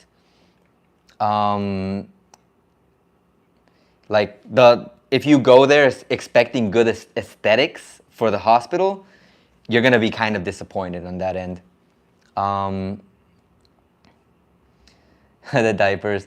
Did they not have a bathroom? They did. The thing is, I couldn't walk, and apparently they didn't want to give me a walker. I don't know why. I guess they thought the severity of the injury was worse, so maybe they just wanted to avoid it. IS, or private hospital. It was the Hospital de Especialidades, which is a public hospital, but it is the specialty hospital. So it's the hospital that you go to after you know that you have a more specific problem. That's why it's like the last hospital you would visit, is the way that my friend explained it to me. First you go to like the more generic hospital, where you go to just see if you have a problem. Then you go into, they noticed you have a specialized problem, that's when you go into the more specific hospitals, like especialidades. Are ES clinics different than the private clinics? ES typically they talk to you faster if they attend you faster if you have the insurance, is the way I understand it. BP, take care. I hope you have a great time. And weather cooled, have to brush hog. Was 90 here. Do what you gotta do and hope to see you soon. Thanks for your help and thanks for being here. But yeah, that's the situation with the ES being a little bit different. Moving on. Daniel, that's a good question actually. No, Solca and ES they're not the same thing. ES is its own hospital and Solca is a separate hospital. Solca is like the cancer hospital. ES is like the private hospital for people who have the insurance in Ecuador. And for some reason it's worse if you have the Ecuador insurance. If you have the generic Ecuador ES insurance. Because you can get a private insurance and it'll get you coverage with, I think, specific doctors in specific hospitals. They get you attended faster. So that's why Don promotes it. At least that's the way I understand it, because there's a lot more facilities, I guess you could say, a lot more simplicity in having it. And it'll help you out a lot more, especially in a dire situation if you don't want to have to wait. I think it's wise with the water situation to have water stored for emergency, always. We actually, in my bathroom, I have this like container that it just has water filled in it. So if we run out of water, I can just, like if I can't use the shower, I just like throw water on myself and take a shower like that. What are some customs? I want to make a video about that, to be honest. Water elevate crutches. Yes, I do have them elevated. I still need to put ice on this later on. I do need to make a video about the customs. I wish, I can't even save it. I just need to take a picture of it because that's a video I've been like planning to make for a long time. I just want to do it with someone, so I don't do it by myself. Don Shader has an interview with a doctor.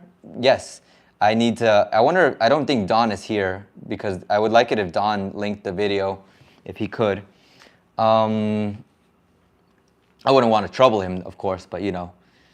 Diaper, would they let you go to the bathroom or even if overnight? I'm not sure. I didn't stay long enough to know what the situation was going to be like if I had to use the diaper or just get up and actually be able to go to the bathroom. Thank goodness, because, oh boy, it was already embarrassing enough. There were like 3 nurses who surrounded me when they changed me out of my clothing. It's scary. I guess it mattered. Mrs. S. Turmeric is great for inflammation, and so is grounding.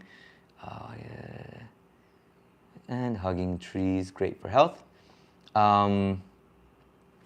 Maybe I should go outside at some point and just relax outside. It's just uncomfortable moving outside of my room.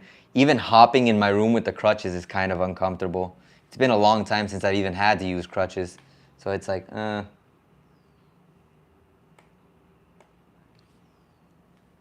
Let's see here. Okay, but you could also get private for 5K and ES to cover the rest, or major medical expenses.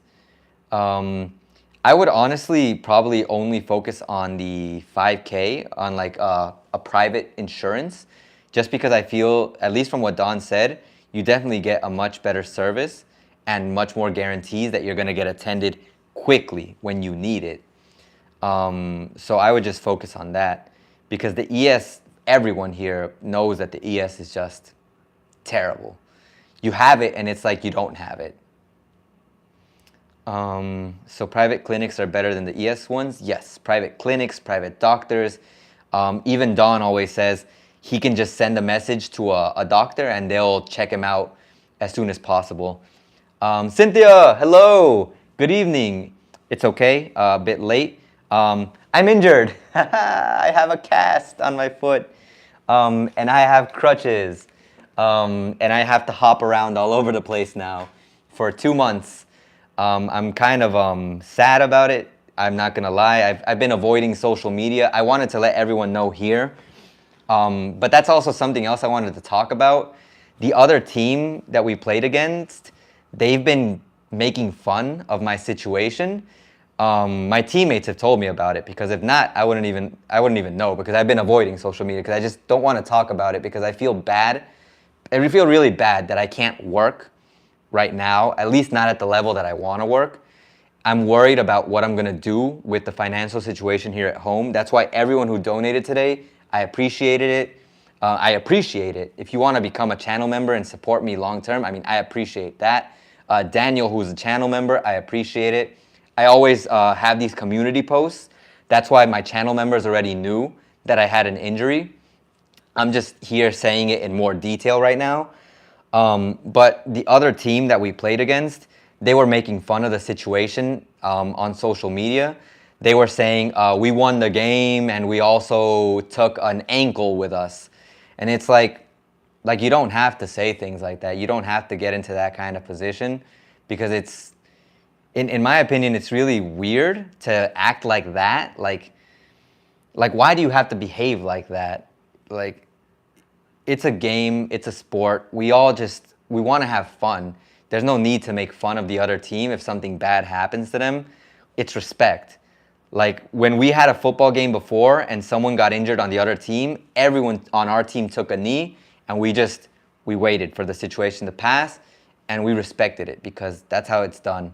At least that's what I think. I don't know. It felt really disrespectful from the other team, and that's why I don't want to even check that out right now.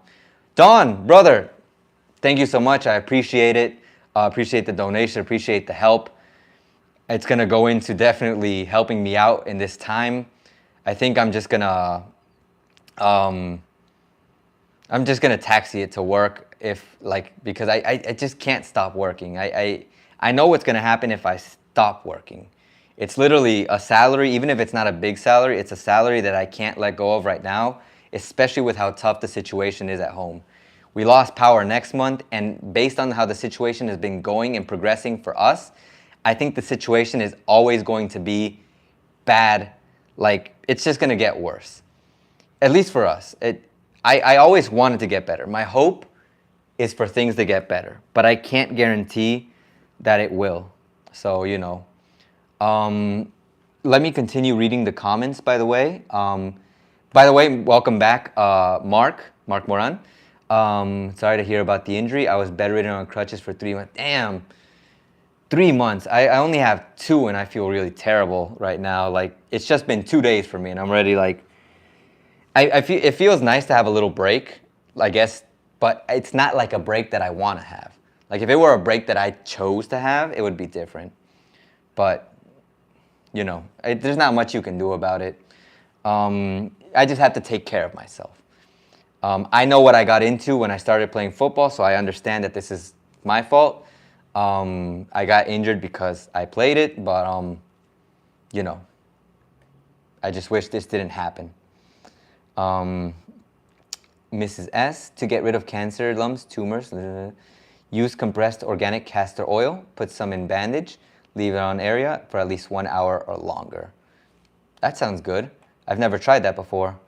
Mark, is being a channel member through Buy Me a Coffee link, or do you have membership monetization here on YouTube? I don't see the link, or Patreon. I have channel membership here on YouTube. I also have not channel membership, I have membership on Buy Me a Coffee. The thing I like about channel membership on YouTube is that if you're a channel member on YouTube, I guess for anyone who's interested in that, next to your name, you get a little my logo that shows that you're a channel member, and your comments show up in green. So that's a cool thing. Just that the membership here, the split between what YouTube takes and what I get, I don't know how good or bad it is. And I'm also not, in YouTube, I'm not charging a lot for membership, because I don't want anyone to feel like you're gonna be missing out on something if you're not a channel member. I'm always gonna give the information. The only thing I might not share with people who aren't channel members are more personal updates. Every month for channel members and for Buy Me a Coffee members, I do a monthly update where I talk about in detail all the things that happen in the month that I want to share, that I feel like you might want to know. So that's what I do on Buy Me a Coffee and on YouTube. The thing about Buy Me a Coffee is that I set a little bit of a higher rate because I also put this option where if you become a member, you can have your credits, like I can add your name in the credits in the description. I'm still waiting for more members. By the way, Mark, thank you so much for becoming a member. I appreciate it. And Cynthia, thank you so much for the donation. That's gonna go into really helping me out right now and during this time and in general, because in general, this help is what I do on YouTube. Like YouTube pays something for ads, but trust me, if any YouTuber who's small like my channel is telling you they're earning a lot, it's probably because they have a sponsorship or because they get a lot of views on videos. But I don't have that. So the money that I make is mainly through the help that everyone gives. So I always appreciate it. It's not obligated. I will always give the information that I have in the best way possible in my videos. But if you want to help me out, if you have the means to help me out, I will always appreciate it. So going into what, like I was saying about the channel members, if we get 8 channel members in total, right now I think we have like 4. If we get 8 channel members on my channel, it shows up like who's supporting the channel and it rotates. So sometimes you'll see that this person is supporting the channel, and that's really cool. I think I like that because it shows the appreciation on another level. Like I appreciate it. I always write down the people who become members on my phone. I try to write it down over there in the back of my my poster. So it's just something that I do because I'm really appreciative of these things. So yeah, whatever works, I always appreciate it. Don, thank you so much. Always glad to see you here. Always glad to get your help. I hope to see you soon. Honestly, I don't know how I'm gonna see you. Hopefully you come to Puerto Viejo and we can hang out, but I'm gonna be stuck at home for a while. Let's see here. Crooks, thank you very much for becoming a member. I appreciate it. Welcome to the team. Welcome to the family. Welcome to the club. I don't know what to call it. I just really like these names. The squad. Mrs. S, my info is from Barbara Lectures on YouTube. She was banned because of her valuable health info. I don't know why I feel like every time someone tries to give good info about situations, like not just health, but like when someone's trying to help, why it feels like they get like banned or blocked off media. It's a weird thing, to be honest. Let's see here. Ecuador's got some nice women. What are some qualities that they look for in a man? What do they like and don't when it comes to relationships and dating? I don't know if this is the same all around the world, but I do know that girls don't like it when guys are too intense. I'm not the best with this situation because I am single, very much so. But I have noticed that it might be because I'm just like a person who is really affectionate, and girls seem to be less into that than I thought they would be. It's more, I can't speak for this. I honestly wouldn't be able to tell you. Just some things that I've noticed in my personal dating life. Intensity is not a good thing, at least until you're in the relationship. Then it's a great thing, I think. At least I would hope so. It's hard to say, though. I'd have to interview some ladies to ask about that. But yeah, women are definitely beautiful and really, really nice. I have a lot of good friends. They've been good to me throughout the years. Some more than others, and some who I just don't have contact with anymore. But yeah, let's see. Mrs. S, to lower blood pressure, blood pressure, please drink more water throughout the day. Apples, bananas, and pear prevent strokes because of the white fruit. Banana, great for leg, thigh pain, for men and girls and pregnant women. Okay, so I'll drink some water right now. So yeah, I really appreciate everyone's support and everyone mainly for being here and listening to this update. I don't know if anyone else has any other questions. If there's anything else I haven't talked about, please let me know. And once again, if the stream has been useful, I'd appreciate you leaving a like. That way the stream can spread to more people. Also, if you would like to become a supporter, a member, I appreciate that too. If you have any other questions, please ask. Tracy O'Don popped in. Yes, he was actually here at the beginning, and I don't know if he's here and just chilling out in the background. It's always great to have him here. I don't know when we're gonna be able to collab again. Maybe we can do an injured collaboration. Like, what's up, Don? I'm injured. My videos are probably gonna be with me seated most of the time now. I have been doing a lot of those, but in the museum. I'm gonna have to do them here at home because I just can't leave the house right now. At least this week. Next week I can leave the house, but it's gonna have to be not on my motorcycle, but in a taxi or something. That's why I was already trying to think about how to budget that into the equation, so that way it didn't go into too much of the money for what I earned during the month. And this week for sure, I'm gonna send a substitute for me. So yeah. Does anyone have any questions? Anything else you'd like to talk about? I don't know if there's any other updates I can give you right now based on my situation. I have to take it easy for 2 months. I have a fracture. Like I said, like on one part of my leg, there's a fracture. Like not the front, but like the side. But that's not the main problem. The main problem is around here, where I have, in Spanish you call it esguince. I think in English it would be a sprain. So I have to take it easy for about, I would say, like I said, 2 months. Although they said after a month they're gonna have to x-ray it again. And if everything is okay, then we can start working on a process to like get better. Then after that, I need rehabilitation. TMC, what do you teach? I teach English as a second language. I'd also be down for teaching Spanish, but only if the Spanish is speaking Spanish. Grammar is not my strong suit. I can explain some things relating it to English. That's what I do to teach English sometimes. I try to relate it to make it easier for everyone, but I can mainly teach speaking Spanish. Daniel, do you teach adults or children? At the institute that I work at, the academy, I teach both. Sometimes we have adults, adult students. Recently we got 2 who are adults. We used to have before, we had adults who were like older adults, but they come and go because they have busy lifestyles as well. But mainly at the institute, I teach kids. But I've given classes to people of all ages. So honestly, it all depends on the needs, scheduling, and such. And age really doesn't influence the way I teach, except for really, really young kids. I have a really hard time teaching the younger kids, like kids who are like under 6, because I wasn't built to be a school teacher, is what I've noticed.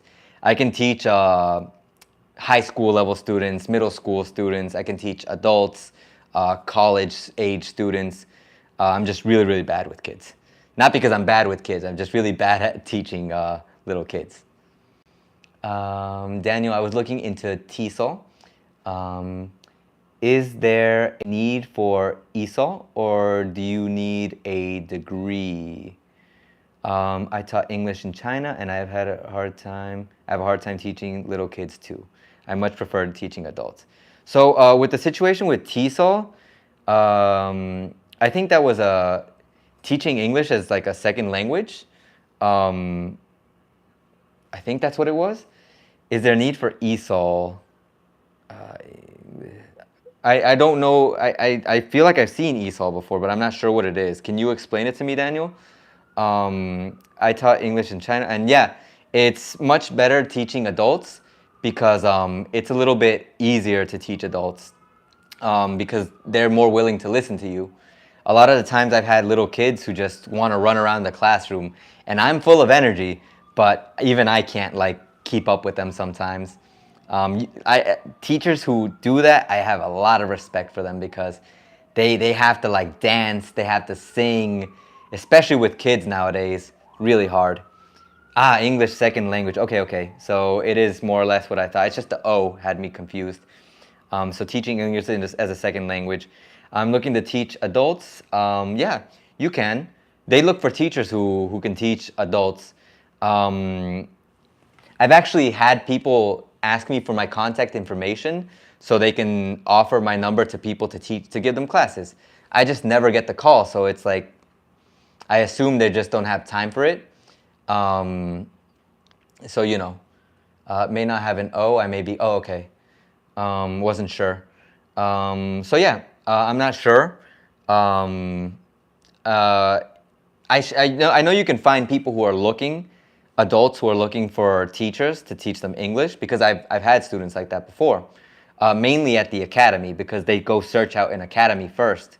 If they see it's not in their range for what they can spend, then they'll look for a private instructor, especially if they want someone to give them a more personalized class.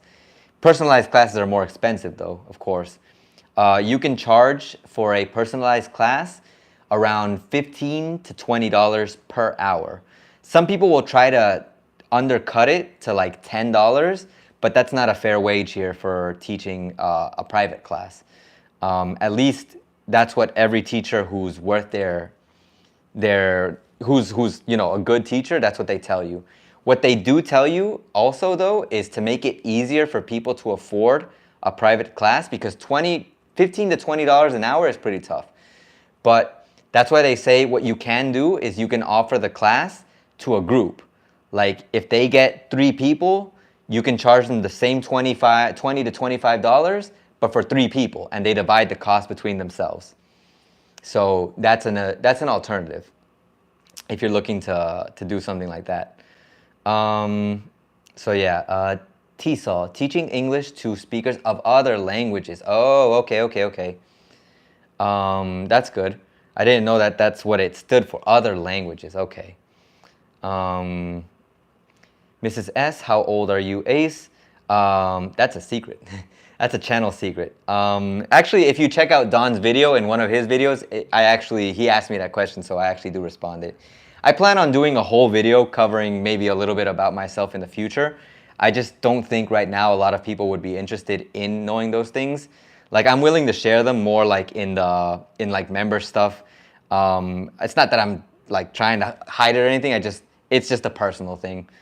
But anyways, Daniel, that would be too much in Ecuador for my opinion. It does sound like a lot, but that's the thing that they tell you about marketing here, and when you sell something or these teaching services or anything that you do, even in YouTube, even in content creation, never undervalue what you have to offer. If your service is good, then it's okay to charge a high price. Because I know teachers who charge $10, like I said before, but they're miserable, they're very angry about it, they're not flexible, and they don't like doing it, but they know they have no choice. They basically put that price because they know they have no choice, and aside from that, they're also not native speakers. So they have no choice but to give that price. It's like when I was investigating for what the cost was to have a personal driver here in Ecuador who would take you from one city to another, and the price varies depending on if you know English or not. Like, it's the same distance, but if you know English, you can charge more than a person who doesn't know English. So there are some advantages to the whole English thing, and it's like you can charge certain prices, but there's going to be a group of people who will pay for it, and there's definitely always going to be a group of people who don't pay for it. So, it's opinion. You can always charge what you think is ideal. The range is from $10. You can charge less, but that would just be super undercutting it. $10 to about 25 or more. Because I've heard of people who offer this teaching, and it's online, because I have a friend who her sister did that. And the guy was charging $300 a month, and he only gave classes for like 3 hours per week. which is crazy good. Like, but the guy is from Guayaquil. So I don't know, like what is wrong to charge or too much, and what is low to charge and too little. At least what I think is you put the price on your service, and there's always going to be an audience who's going to pay for that. But anyways, I'm not exactly the best business person, so you know. King, what are some high demand skills in terms of career in Ecuador? Wow, you are just full of great questions, and the hard ones to answer. High demand skills. I think worldwide right now, anything that's related to technology, anything that is systems, if you know how to work with programming and such, that is a very good skill to have. People here want to become bureaucrats, not because of the skill required for it, but because you get paid a lot. We don't need more doctors. We have a lot of doctors who are graduating and they don't have jobs. So it's like doctors, while it's a very good skill to know to be a doctor, it's not exactly one you want to like find yourself in a position looking for a job here in Ecuador, because you might not find it. What else is a good skill? Something that people look for a lot. Hard to say. Other than that, honestly, not a lot. Going into what Daniel says, that's what I want to teach online, not in a physical classroom. You might be able to find that, and very easily, if you have the right connections. Because like I said, I get offered jobs all the time. I just can't take them all. And some of them just aren't worth it. School jobs, definitely not worth it. They want me with my experience, and I don't want to sound like I'm the best thing in the world, but I'm a native English speaker. I try to do my best to give my classes. I'm very dedicated to what I do. I've been teaching for like almost the whole time I've been here. And they want to offer me minimum wage or less. Nah, not worth it.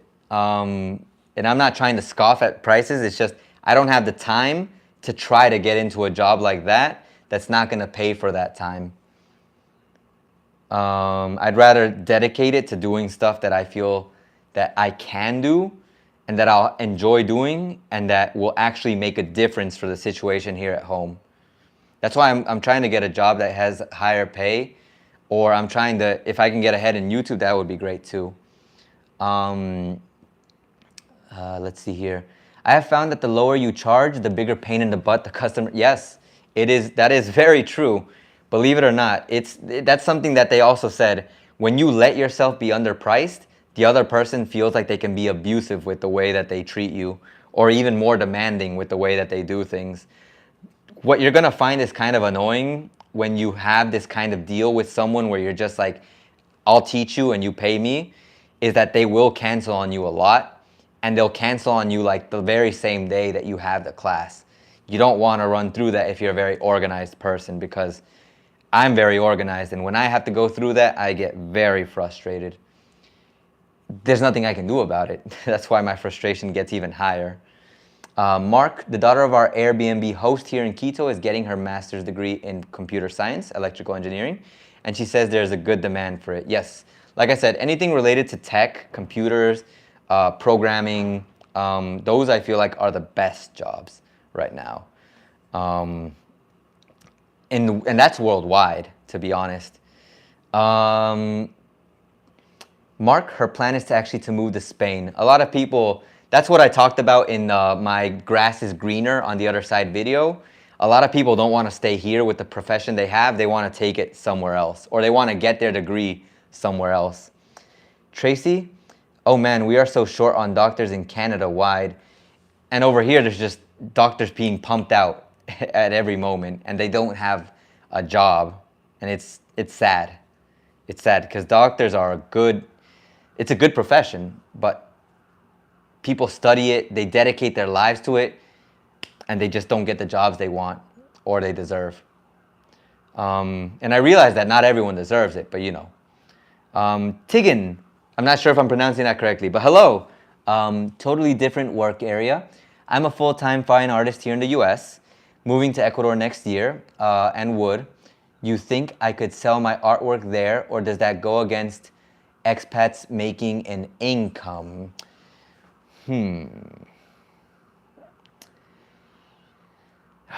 Hard to say. Depends on how good you consider your art to be, and how good people will consider it to be here.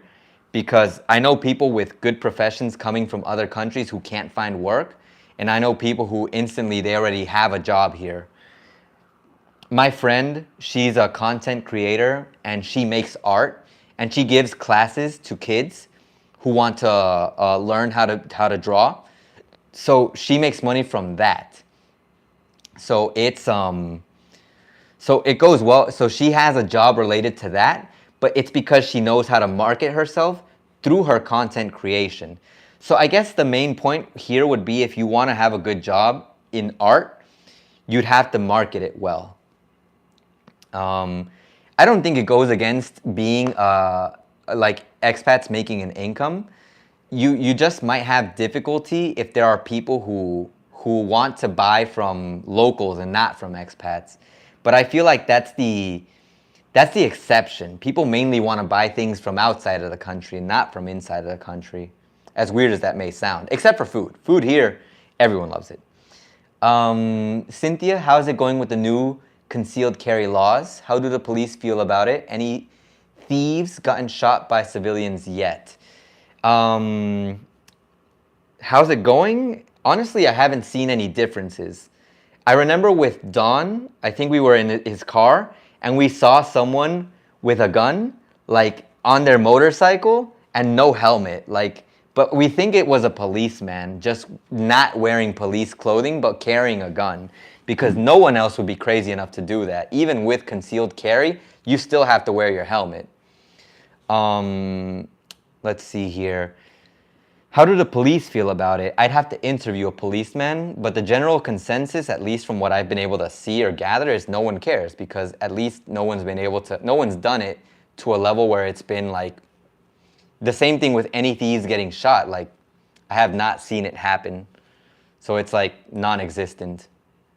I feel like it's still in the early stages, so like no one's or very few people have actually adopted it yet.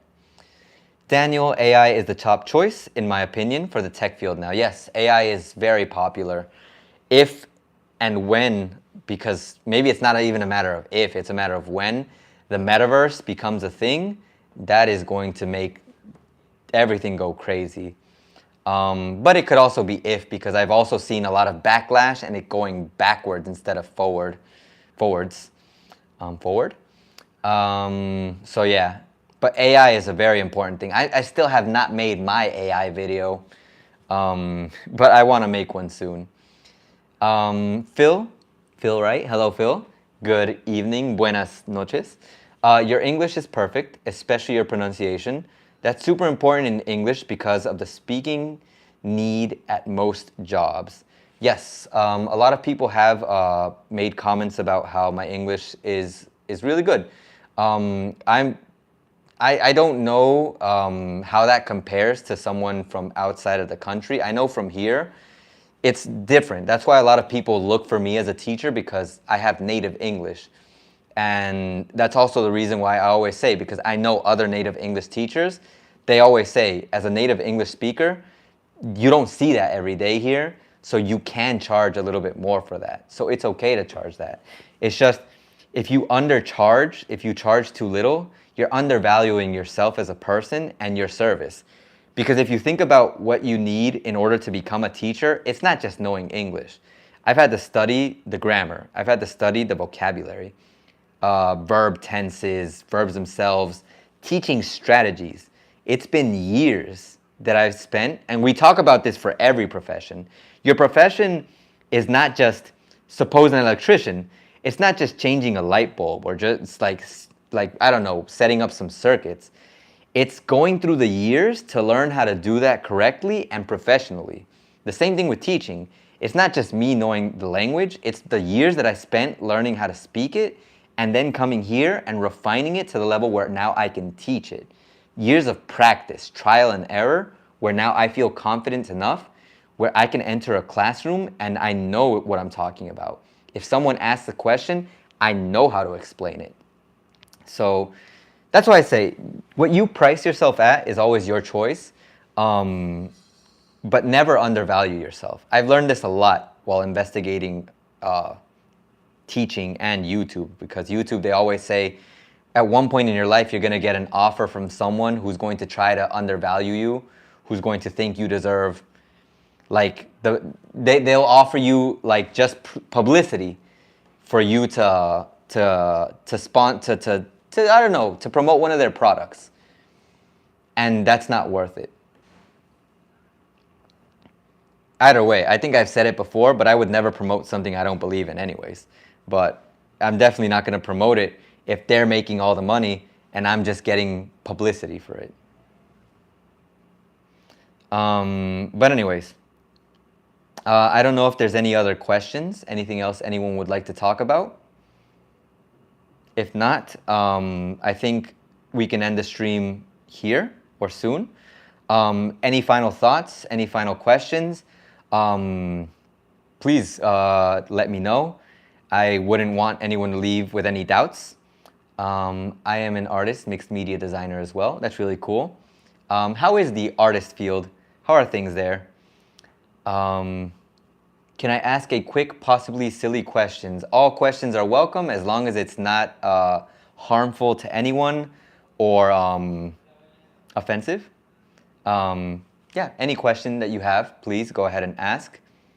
As long as it's not too personal as well, because I tend to avoid answering those questions.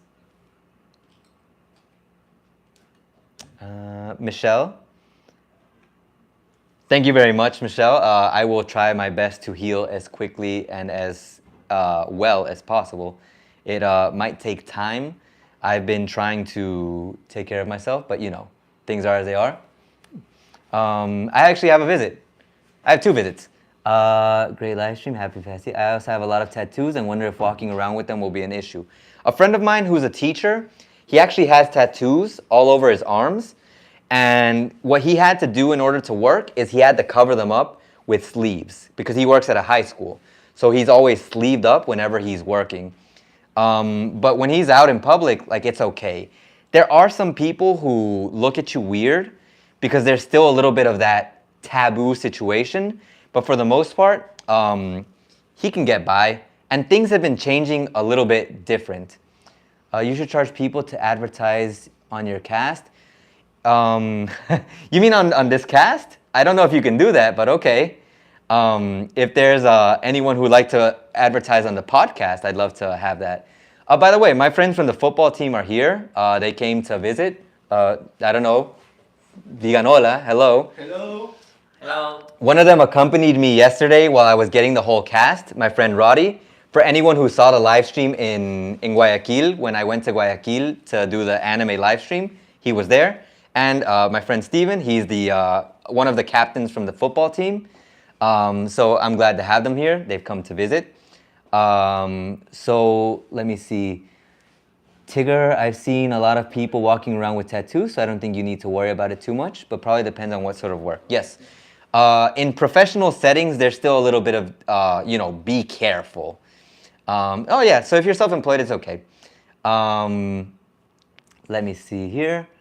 Tigan, true, Tigan, not Tigger. Yes, like cast. I wonder if someone would want to promote something on the cast. Something like, well, I don't know what I would promote on here. But yeah. Anyone else have any questions?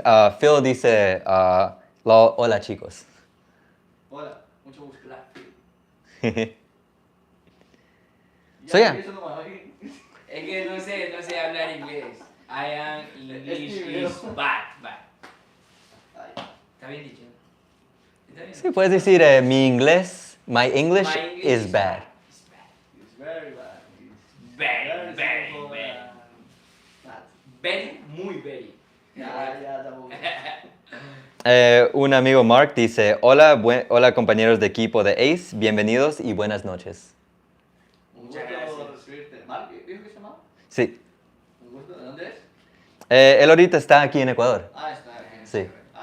Ya porque tengo que visitar por Venimos a firmarle el yeso. Ajá. They say they've come here to sign the cast, and also they're saying that you should visit, Mark. Let's see here.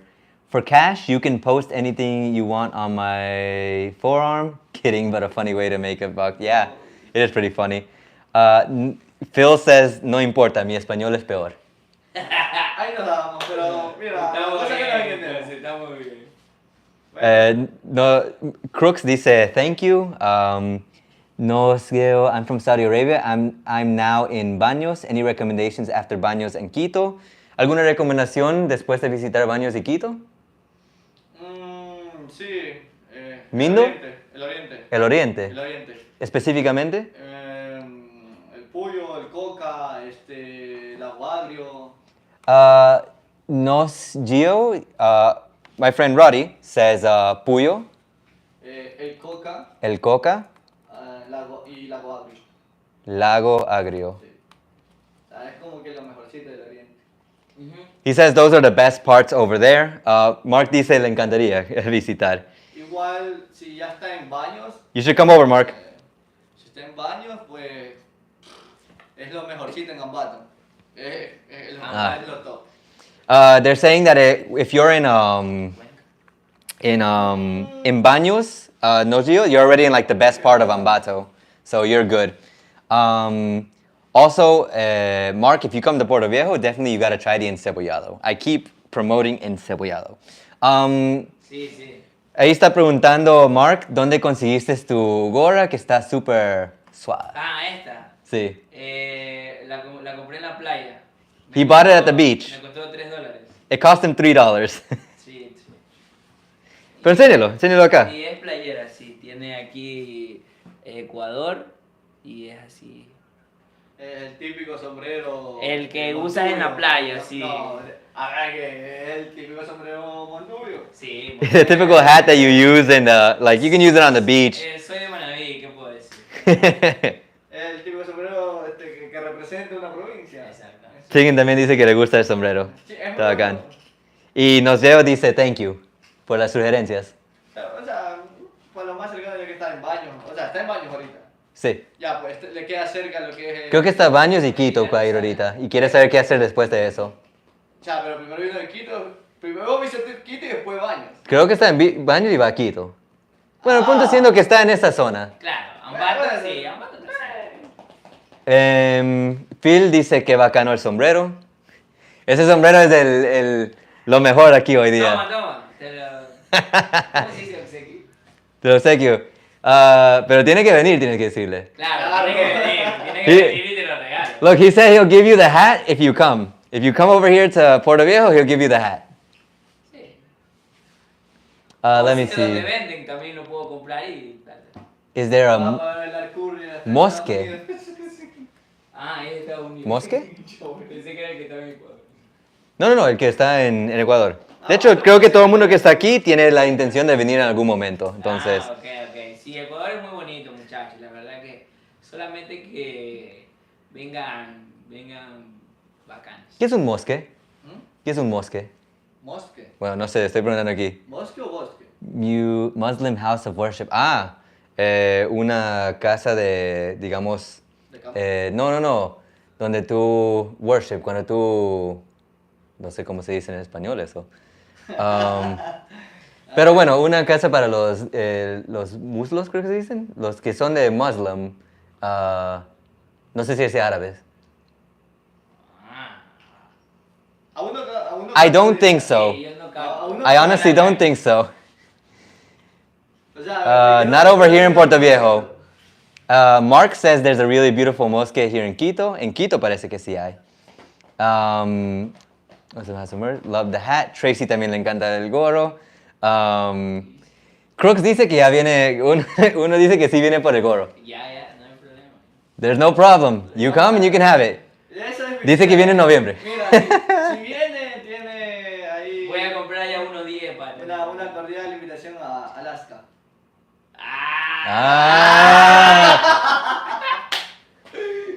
They want to take you guys to Alaska. You don't want to know what that is if you... chiste en español. If you haven't seen the episode with Don, if you've seen the episode with Don, you'll know what that is. If you haven't, then go check it out. Mezquita in Spanish. En español dice que es mezquita. Ah, no, pues entonces, no, aquí no. Aquí no. No, no hay. ¿Qué es? Son lugares religiosos donde los que son Pueden de rezar. religión árabe y cosas dedican a Negativo. rezar. Pero dice que en Quito sí hay el otro Mark. O sea, como mezquitas. En Quito dice que sí hay uno. Ujú. Se me hace raro. For him, it's O sea, strange. puede que sí, porque sí hay bastante gente que incluso tiene negocios, así que no me sorprendería que existiera uno al menos. Oye, Entonces, ¿cómo? Crooks va a venir en noviembre, solo le digo. Y dice Mark que espero que tengan suficiente gorra para todos. No, we can get more. Daniel, yeah, I've seen it. Y Daniel dice que también lo ha visto. Allá, hay un conector. Puedes desconectar algo que está ahí. Michelle, I remember from your last video, Alaska is where gentlemen go. Yes, very good, Michelle. You know. Michelle sí sabe lo que es Alaska. Porque es que, Sangre latina. no, es que sí vio el video, la entrevista que hice con Don, donde yo le expliqué eso. Oye, esa bata azul está bonita. Ya me Siguen dice que gustaron. tiene una gorra que tiene de Indiana y intercambio, así.